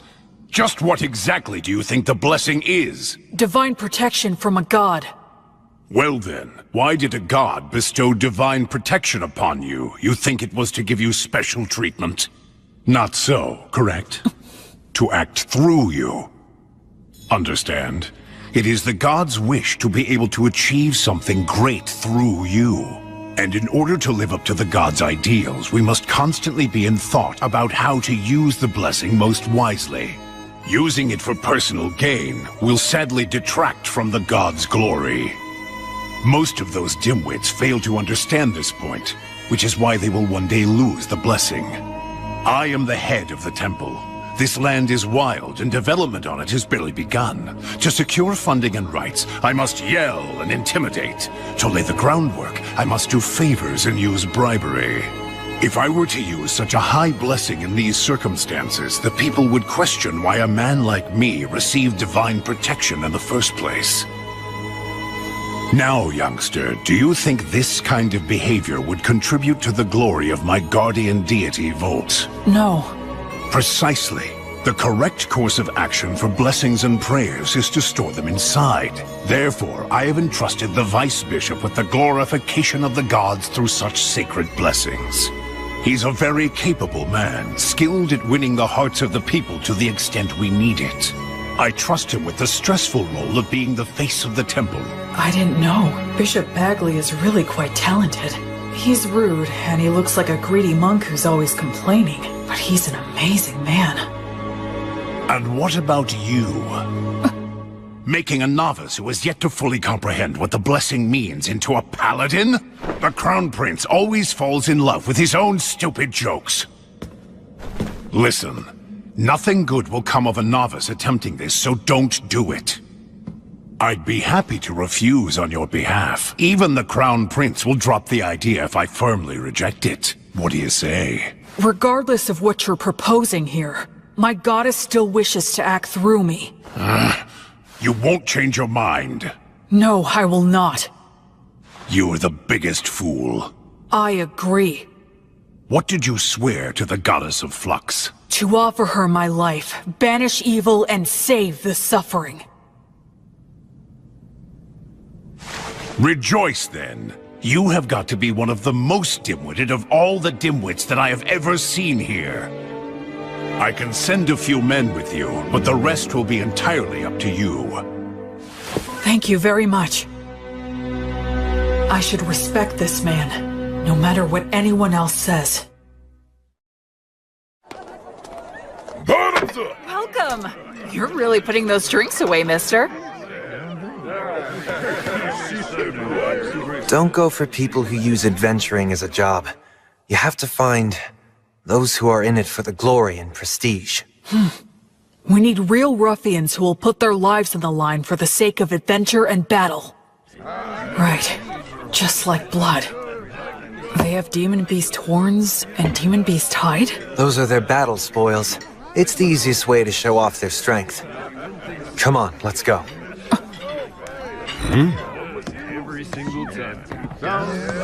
A red-headed boy with a friend who looks to be half-elf? There's no doubt. His training must have been extensive. Hey, man, what's the famous wyvern killer doing walking into some pub out of the middle of nowhere? I'm looking for help. Exploring Beastwoods? Low pay, your reward is glory and praise, and there's no guarantee you'll survive. We're doing this for a living, you know? We're not taking this quest, right, guys? Yeah, man, don't be so stingy. Shut up, you blowhards.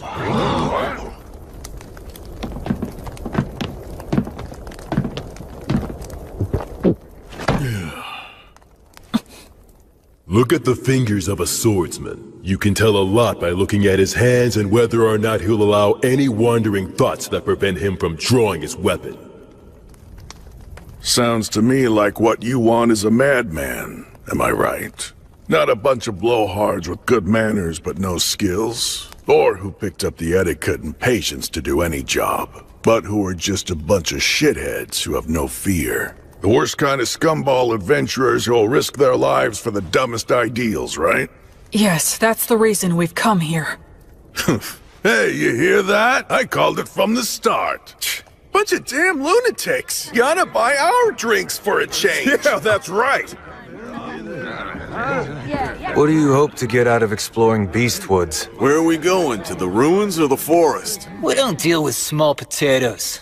We want the demon boss. The leader of the demons running amok in Western Beast Woods. The subordinate demons are thought to command demon beasts. That's a big fish. It is. The location is unclear. Just finding him there will be hell. And we're talking instant death if we're ambushed during the search. That is highly likely. In other words, this is gonna be a nice, fun, stupid little jaunt into the woods.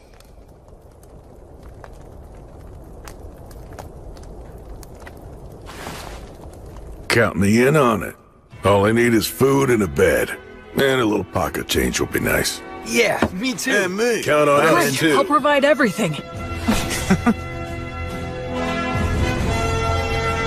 I'm William G. Merryblood. I'm Rastov.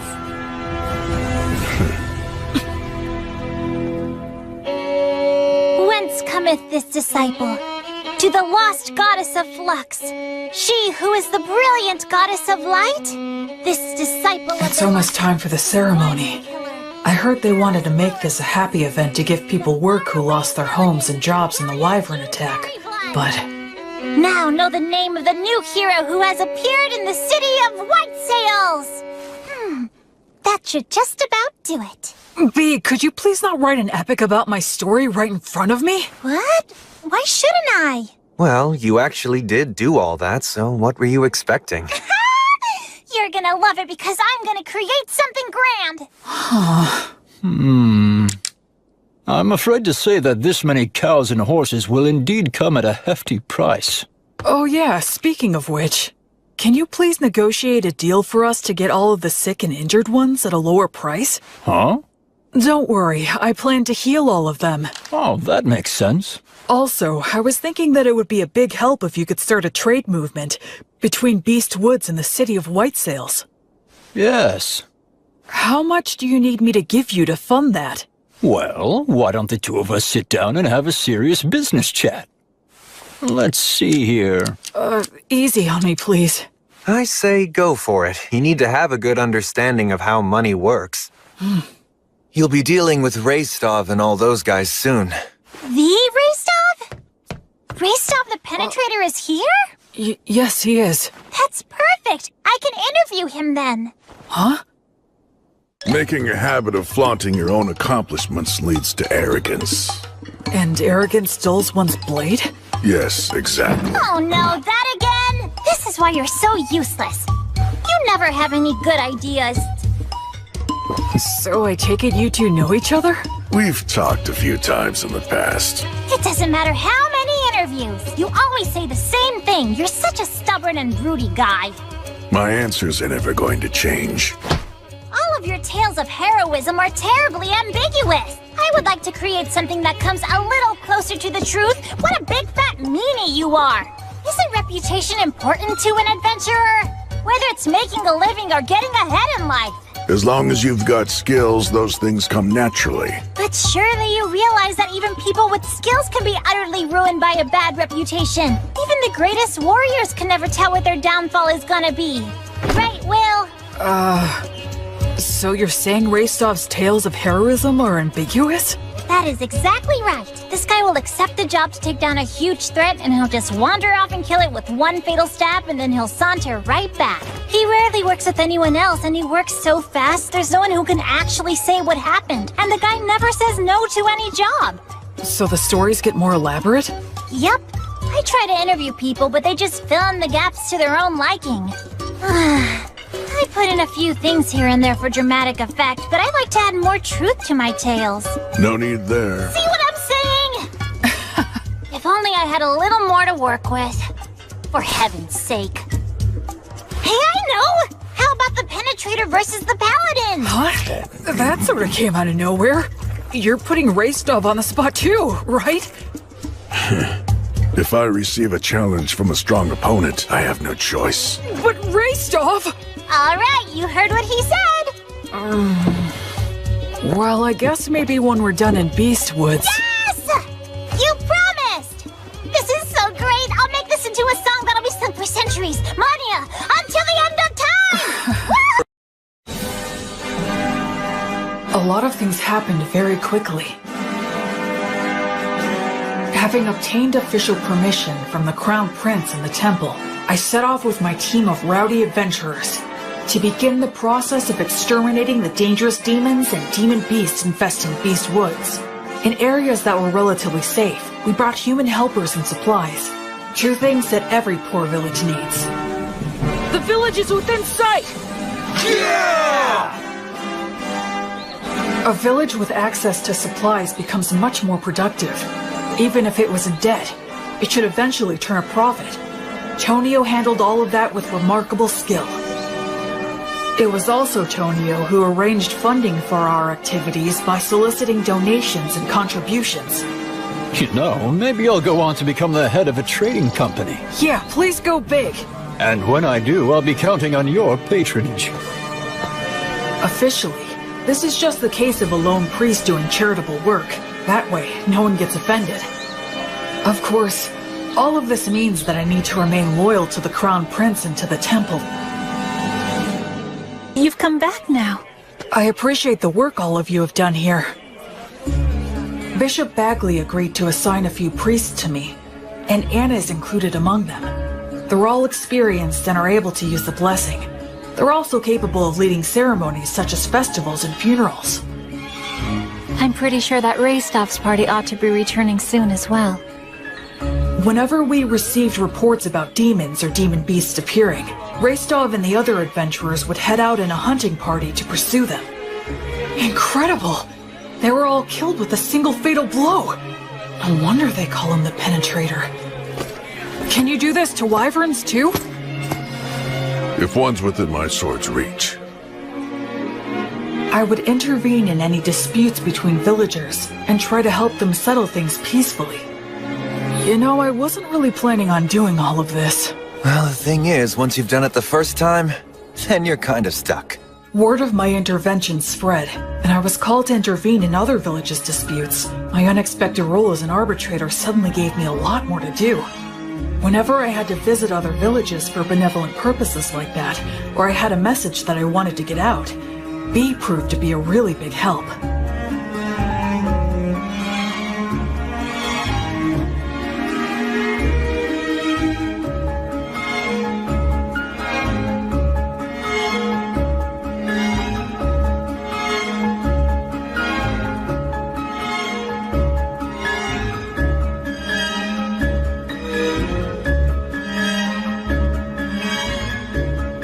So, we traveled back and forth across Beast Woods time and time again.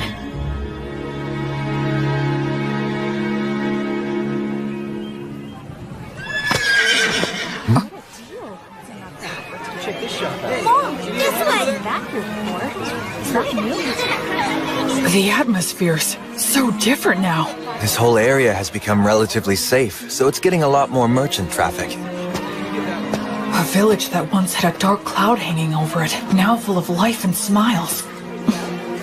Gus, I finally understand now. Money is extremely important. Money is what makes the entire world go round. With money, you can solve anything without magic. Buy tools, hire help, and the ability to make a profit is just as important as magic. Everything you taught me was exactly right. Making people smile and giving them hope is more magical than actual magic.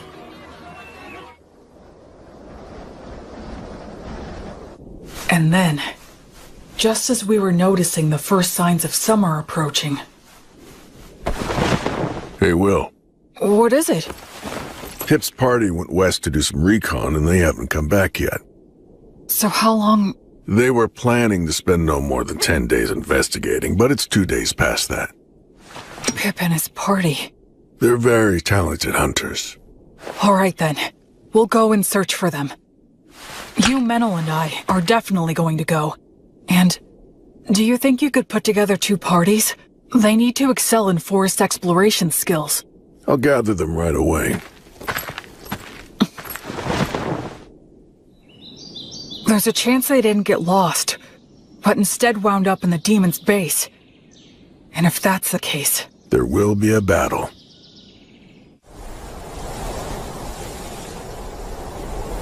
What do you think?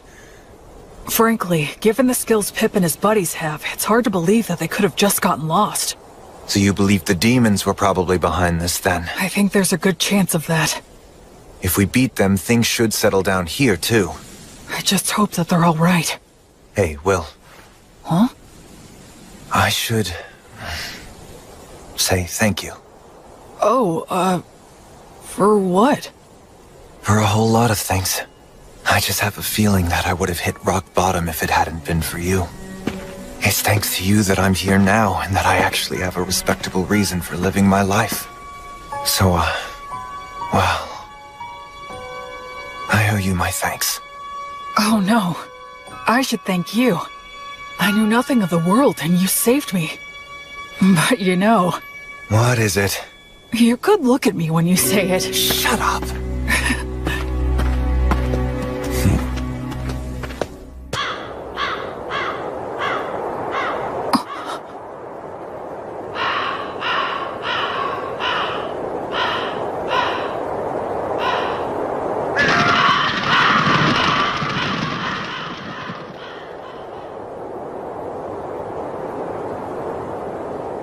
Hey.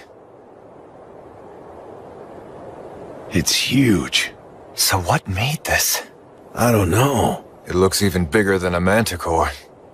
Maybe a stray living in the valley? Or, Well, at least they died fighting a big one. Pip, Harvey, and Brennan must have been pretty happy about that, although I guess they had a good reason to be pissed off, too. Yeah, like, we didn't get to kill it. They died a good death, worthy of adventurers. Go on, drink up. Virtuous gods, please grant rest to their weary souls. Gracefield, goddess of light, I beg you, please, grant them peace and guidance. Will, there's a head missing. The damage is so bad it's hard to tell, but it was probably just eaten up. Yeah, I'd bet on it. No, wait. Huh? Did he toss aside his gear as he ran? Why go deeper into the valley, though? If the path to the forest was blocked, that's the only way. He had no choice but to run deeper down. Yeah, I guess that's true.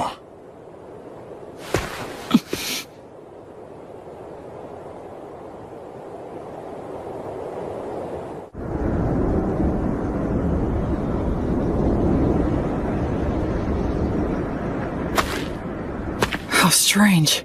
Yeah. Feels off. What do you mean? What's wrong? The footing here. It's very poor in this valley. Even if they fled, getting this far would be... It's a trap! Retreat!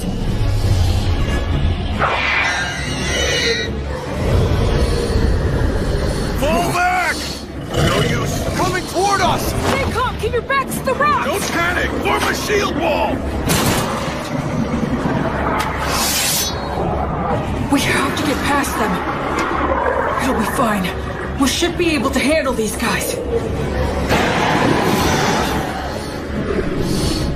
Hey, Metal! Yeah, what? I'll help us with magic and the blessing. Goddess of Flux, repel the poisons that rain down upon us. Fortis, Vita, Ut, Omnis. Appreciate it. Yeah, thank you. Gnomes, oh gnomes, guardians of treasure, guard us against our foes. Sylphs, maidens of the winds, send a gale of protection for these warriors. Nice. All right. These beasts may think they've trapped us, but now let's show them which one of us is truly the prey that's going to be hunted down.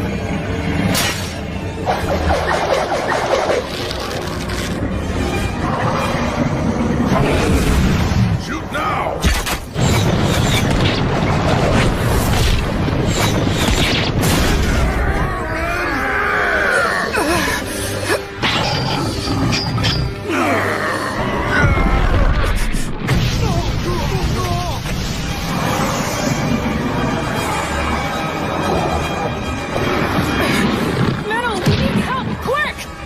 Oh gnomes, gather to us! Build a fortress! Surround us with fences! If you can just buy me some time!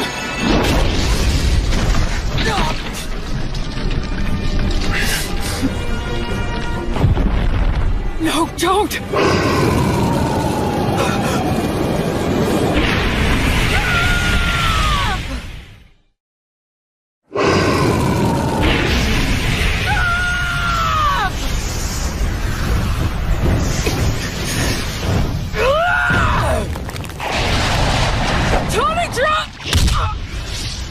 Stop me from finishing my words!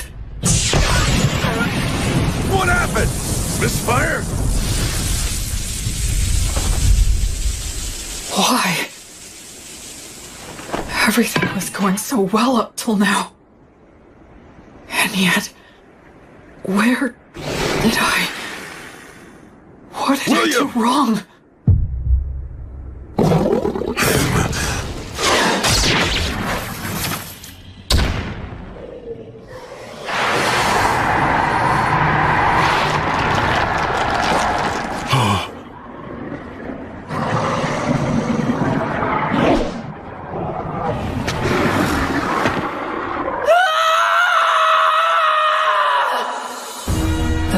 That I'd honed, the spirit that I'd refined, the tactics that I'd learned, all of it was gone. All I could rely on was blind fury and the abilities of my demon blade. As I hacked away at the enemy again and again, it was an ugly, unsightly battle that just made me want to cry.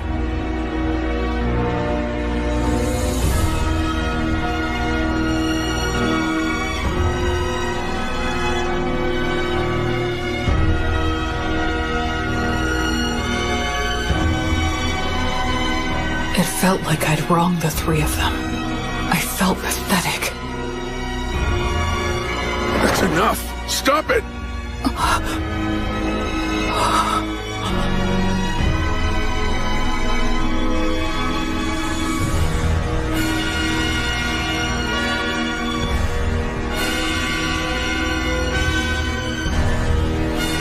Go!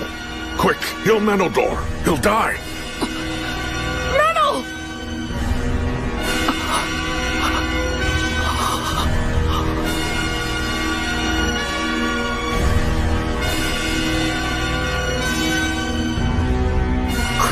Goddess of light, I entreat you, please shine this healthy soul's light down upon these wicked wounds and banish these shadows.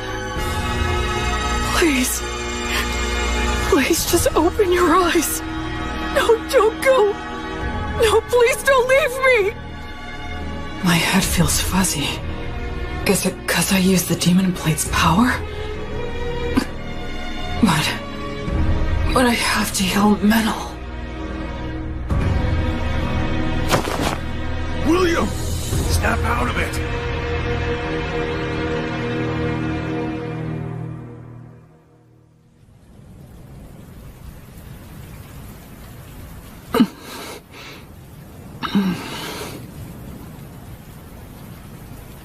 So you're awake, huh? Where am I? A village not far from the valley.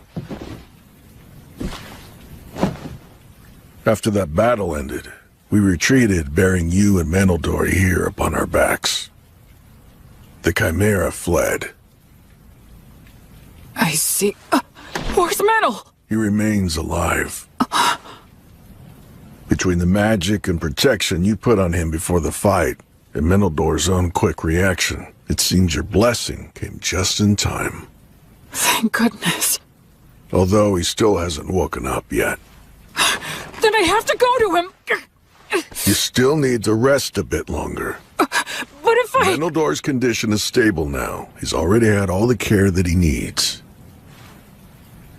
You burned up far too much of your strength. So rest.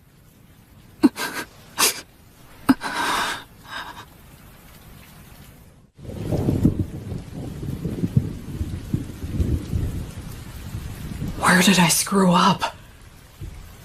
When I left Menel to handle the Chimera? No. Given the circumstances, I had no other choice. So when was it? Was it just getting caught in that trap in the first place?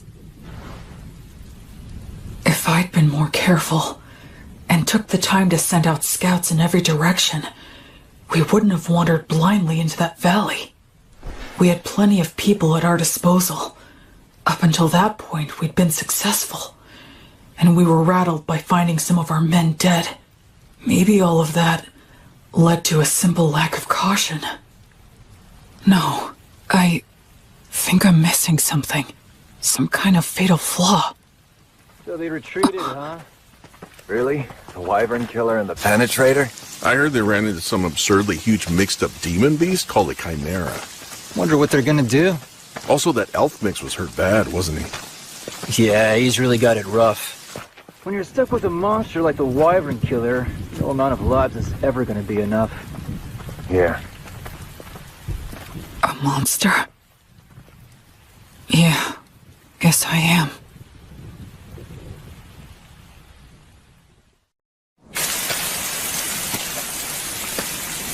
It wasn't my battle tactics that were wrong. It was my estimation of our strength. I put my trust in Menel. I just believed that he'd always have my back.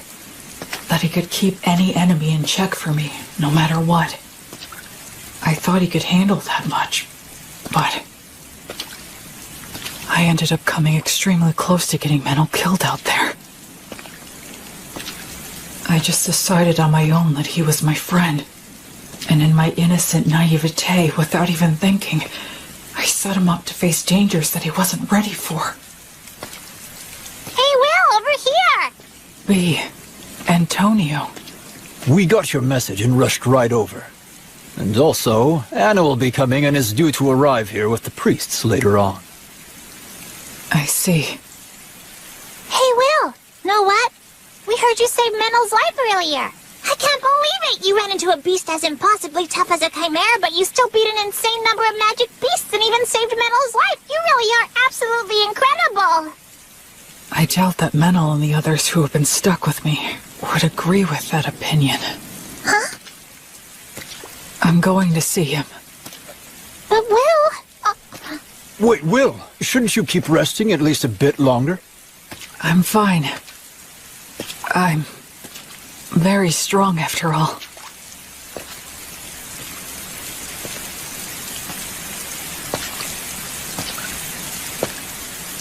Ever since I left the City of the Dead, people have said things like that to me, touting my strength in no uncertain terms.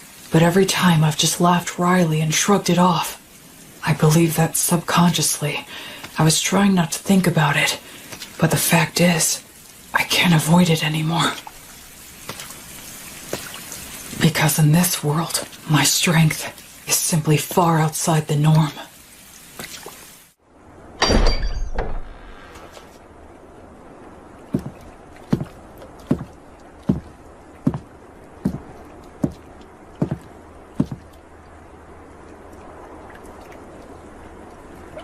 This is my sin. Menel, I'll fix you up right now.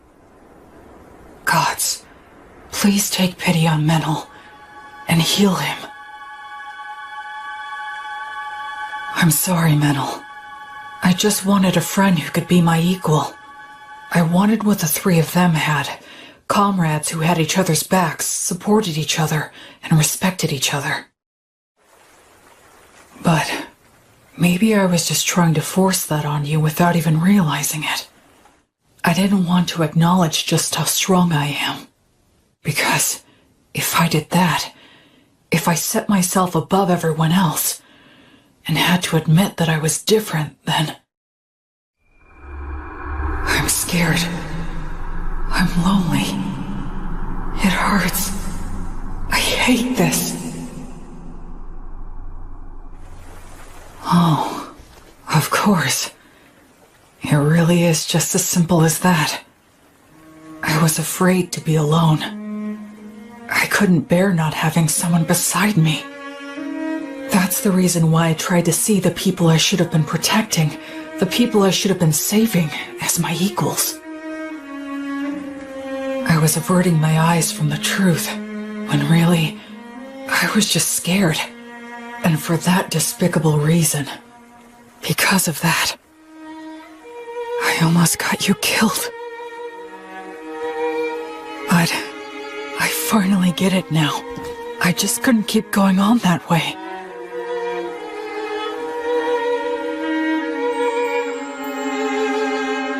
Oh, Goddess. Are you here because you're worried about me? Up until this moment, I've been foolish, but it's fine now. Please, you can rest at ease. I'll put an end to your sadness right away. I'll save everything, everything within my reach. As your sword and as your hand. Everything will be all right. Goddess, I vow to you, I'll solve all this on my own.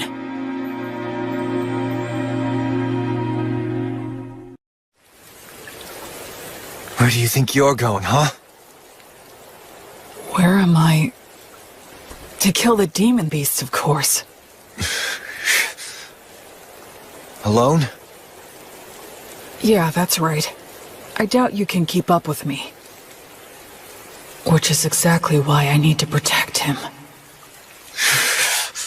Look, don't worry. It's okay. I'll take care of everything. I'll kill the Chimera and the whole herd of demon beasts. And if there are demons controlling them, I'll kill them too.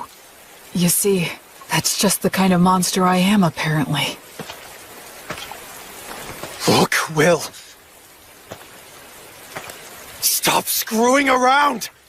Wake the hell up, idiot! Oh, so this is how it's gonna have to be, huh? Is that all you've got, Meneldor?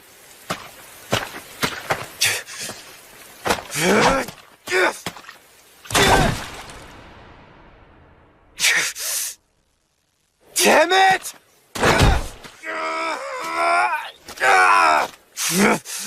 I can't have him following me. Damn it! Damn it! Damn it! Damn it! Damn it!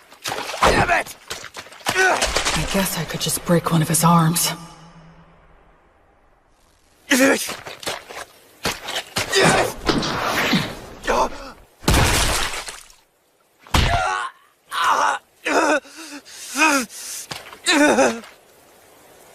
Just go and get someone to heal you. I'm not done. Oh, yeah? You're more resilient than I thought. What should I do now? Use words to make him stay here? No, I'll constrict his carotid so he loses consciousness. Gnomes, oh gnomes! Clench your fists! Use them to strike the enemy! Useless incantation. No! If I dodge it, the magic will hit metal!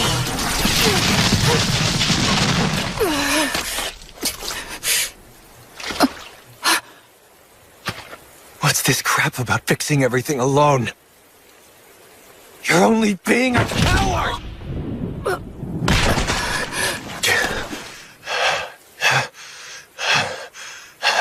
Did you really have to go that far? Huh? We were only together because of pure chance. There was no reason for you to do that. Yeah, that is true.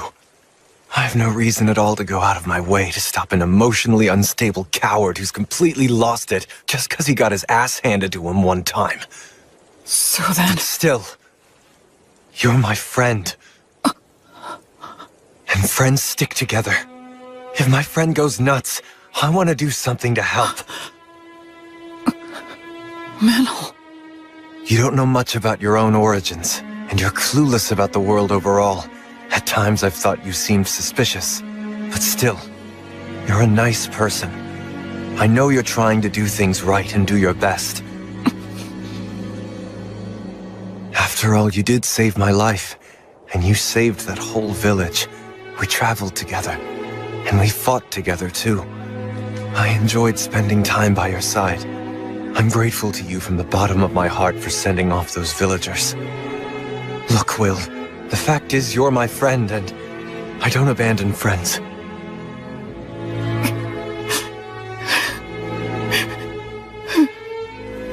Well, you still want to fight? I surrender. I know that I'm still weaker than you now, but just you wait. I'll catch up before you know it. Mantle. And soon enough, I'm going to prove that you are no monster.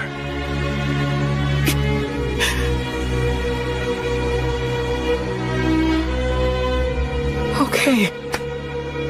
I'll wait. I'll wait for you. Man, you know what?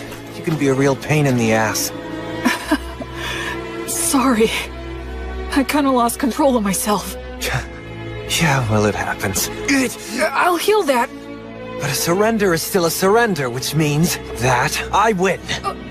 Come on, I only surrendered because you wouldn't give her rest. Keep whining. Wow. And so, we just kept on making dumb jokes and laughing about it all. What? You want me to break your other... It was my first ever argument with a friend. And I guess I lost that too. Welcome back! Oh, you're back, huh? Will, Metal! Good to have you back! You jerks! You had me worried! I'm sorry, B. Will. Huh? If you don't mind, do you think that you could please tell me just what happened? Sure.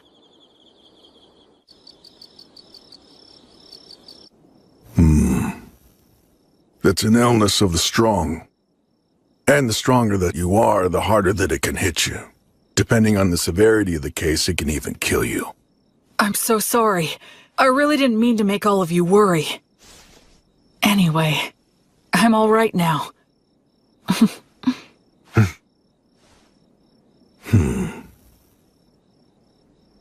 You two were stuck in bed not long ago, and you were off slugging it out? We even set a trap for a surprise attack. That Chimera's got no chance. I've got a debt to repay to that bastard. I won't be shown up like that. You mean you're gonna go fight that thing again? That's right. We're gonna have a little rematch. I won't get beat up and just leave it at that. I'll split its head open. I mean all three of them.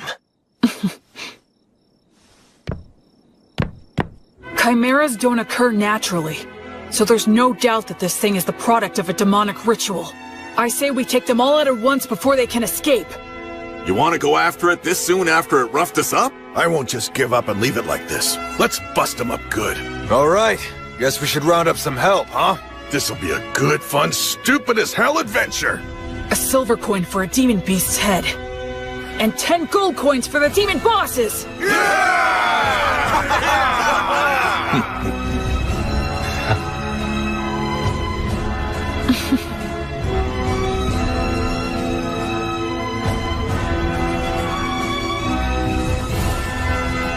After that, we spent a few days putting a force together, sent out several rounds of scouts, and made our preparations.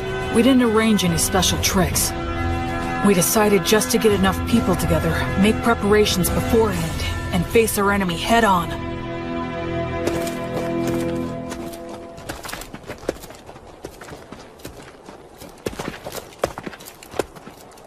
Let's set up our formation and our gear here. Anna and all of you other priests, please support us from here. Yes, sir! When we're all ready, we'll send our front line to the battle zone!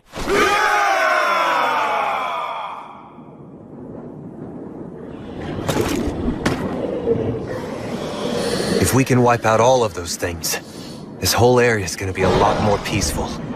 Yeah, let's do that. Huh? Sometimes you propose the wildest things so casually. Here they come.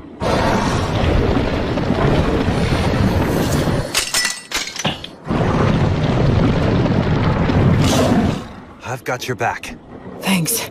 I'm counting on you, Menel. We'll break through head-on! By Volt's blade of lightning, let us triumph! Burn bright, blazes flames of courage!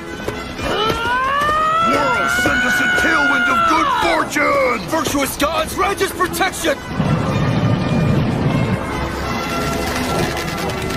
Shoot! Sagita Flavium!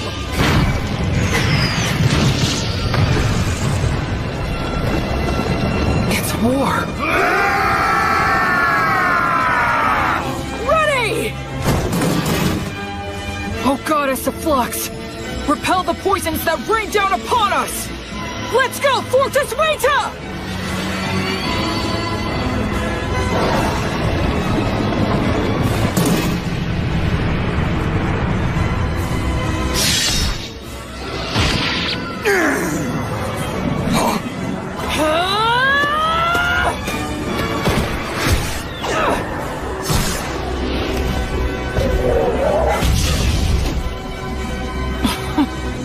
How could I ever think that I'd fix this all alone?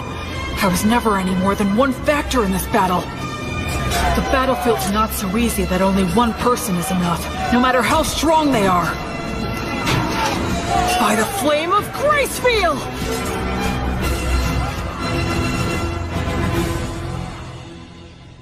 According to the reports, the campaign to eliminate the demon beasts should have started by now. I wonder, will these great wyvern killers actually be able to succeed in a new heroic feat for the bards to sing about? The temple is practically bent over backward in our attempts to facilitate that novice boy. If he fails to succeed in this enterprise, he won't be worthy of our backing any longer.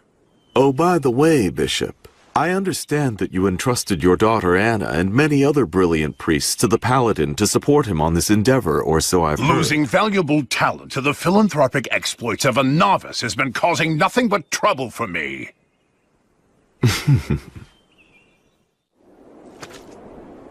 What's this?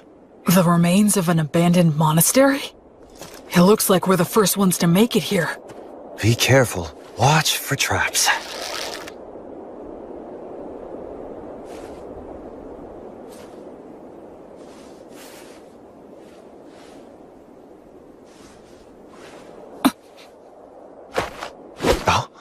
Omnia, Vanitas, Erasus.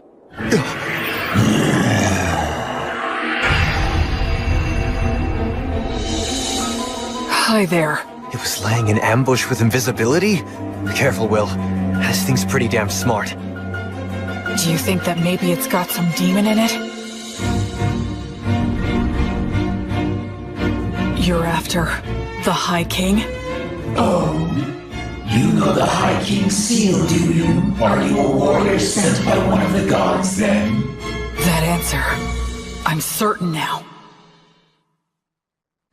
Basically, this is like taking a square on a chessboard. The city of the dead, where the High King was sealed, isn't yet under control by either side. If the demons manage to take control, they'll undo the seal, and disaster will ravage the continent again. But if mankind takes control, the seal will likely become even stronger. The demons are in a position where they need to keep Beast Woods permanently devastated, and keep it in a state of chaos, destitution, and lawlessness.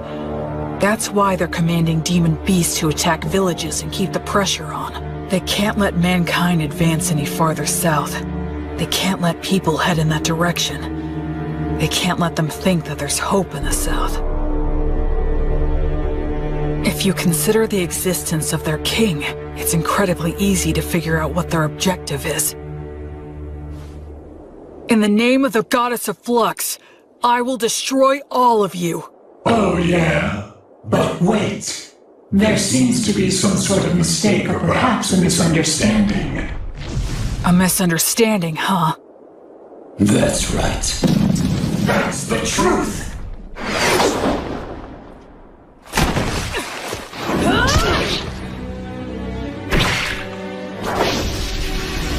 And their surprise attacks! Demons like to stick to the classics, huh? Metal! On it! Sagitta Flameo! No, you don't! Sylph's Maidens of Wind! Gracefield, grant us your protection! Don't stop it! Just divert it! Gnomes, oh gnomes, slip underfoot! Tighten, bind, and tie it down!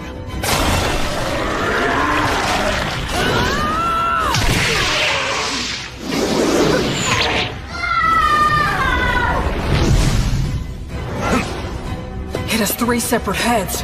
If each one reacts differently, they're bound to end up becoming confused. This demon beast is unnatural. It shouldn't exist! I don't need to score a clean victory in one strike. I just need to fight it the right way and win by being better. I don't need to use a flashy secret technique. I'll just use all 3 of their teachings and do what it takes to win! That's the fighting style that works best for me! Maidens of Wind! Bless this arrow with your kiss!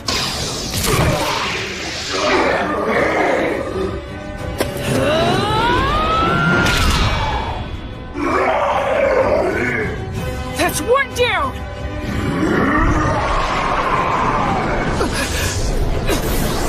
You give me no choice. Although I detest this dragon's power, I must use it! Dragon? This one too? Metal, step back and give me a little room. I'll strike it down now. I was raised on Mary's bread, and my arms bear Mater's stigma, which means poisons don't work on me. I'm sure you'd like some glory of your own too, huh?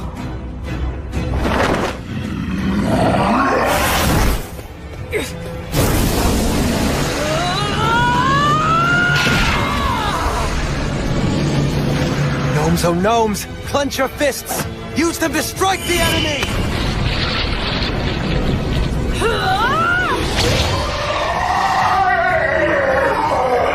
Nowhere to run now!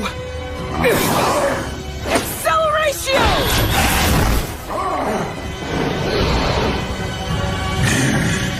Now gnomes, oh gnomes, slip underfoot, tighten, bind, and tie it down!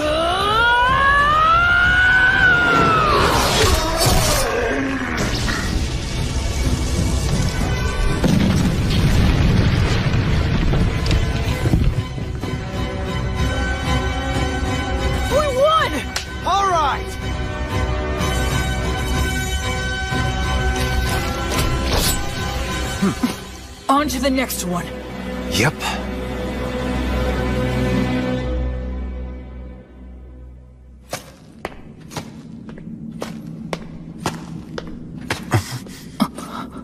Took you long enough. Raistov? I'll be taking those 10 gold coins you promised. What? No way! He beat us to it? You're kidding! How'd you do it? Came from the side. Since you 2 guys were busy taking care of the Chimera for me, it was actually pretty easy. Well, that's Raistov the Penetrator for you. He's too good at getting ahead of people. You have to be if you want to get to the strongest opponents. Careful, there could be traps here. Haha! I guess we're the first ones here. Those 10 gold coins are ours. Huh? To our victory! objections. Menel's nickname was revised from Meneldor the Beautiful to Meneldor of Swift Wings. It's so much more lively now. And it's gonna get even more lively from now on. I hope so.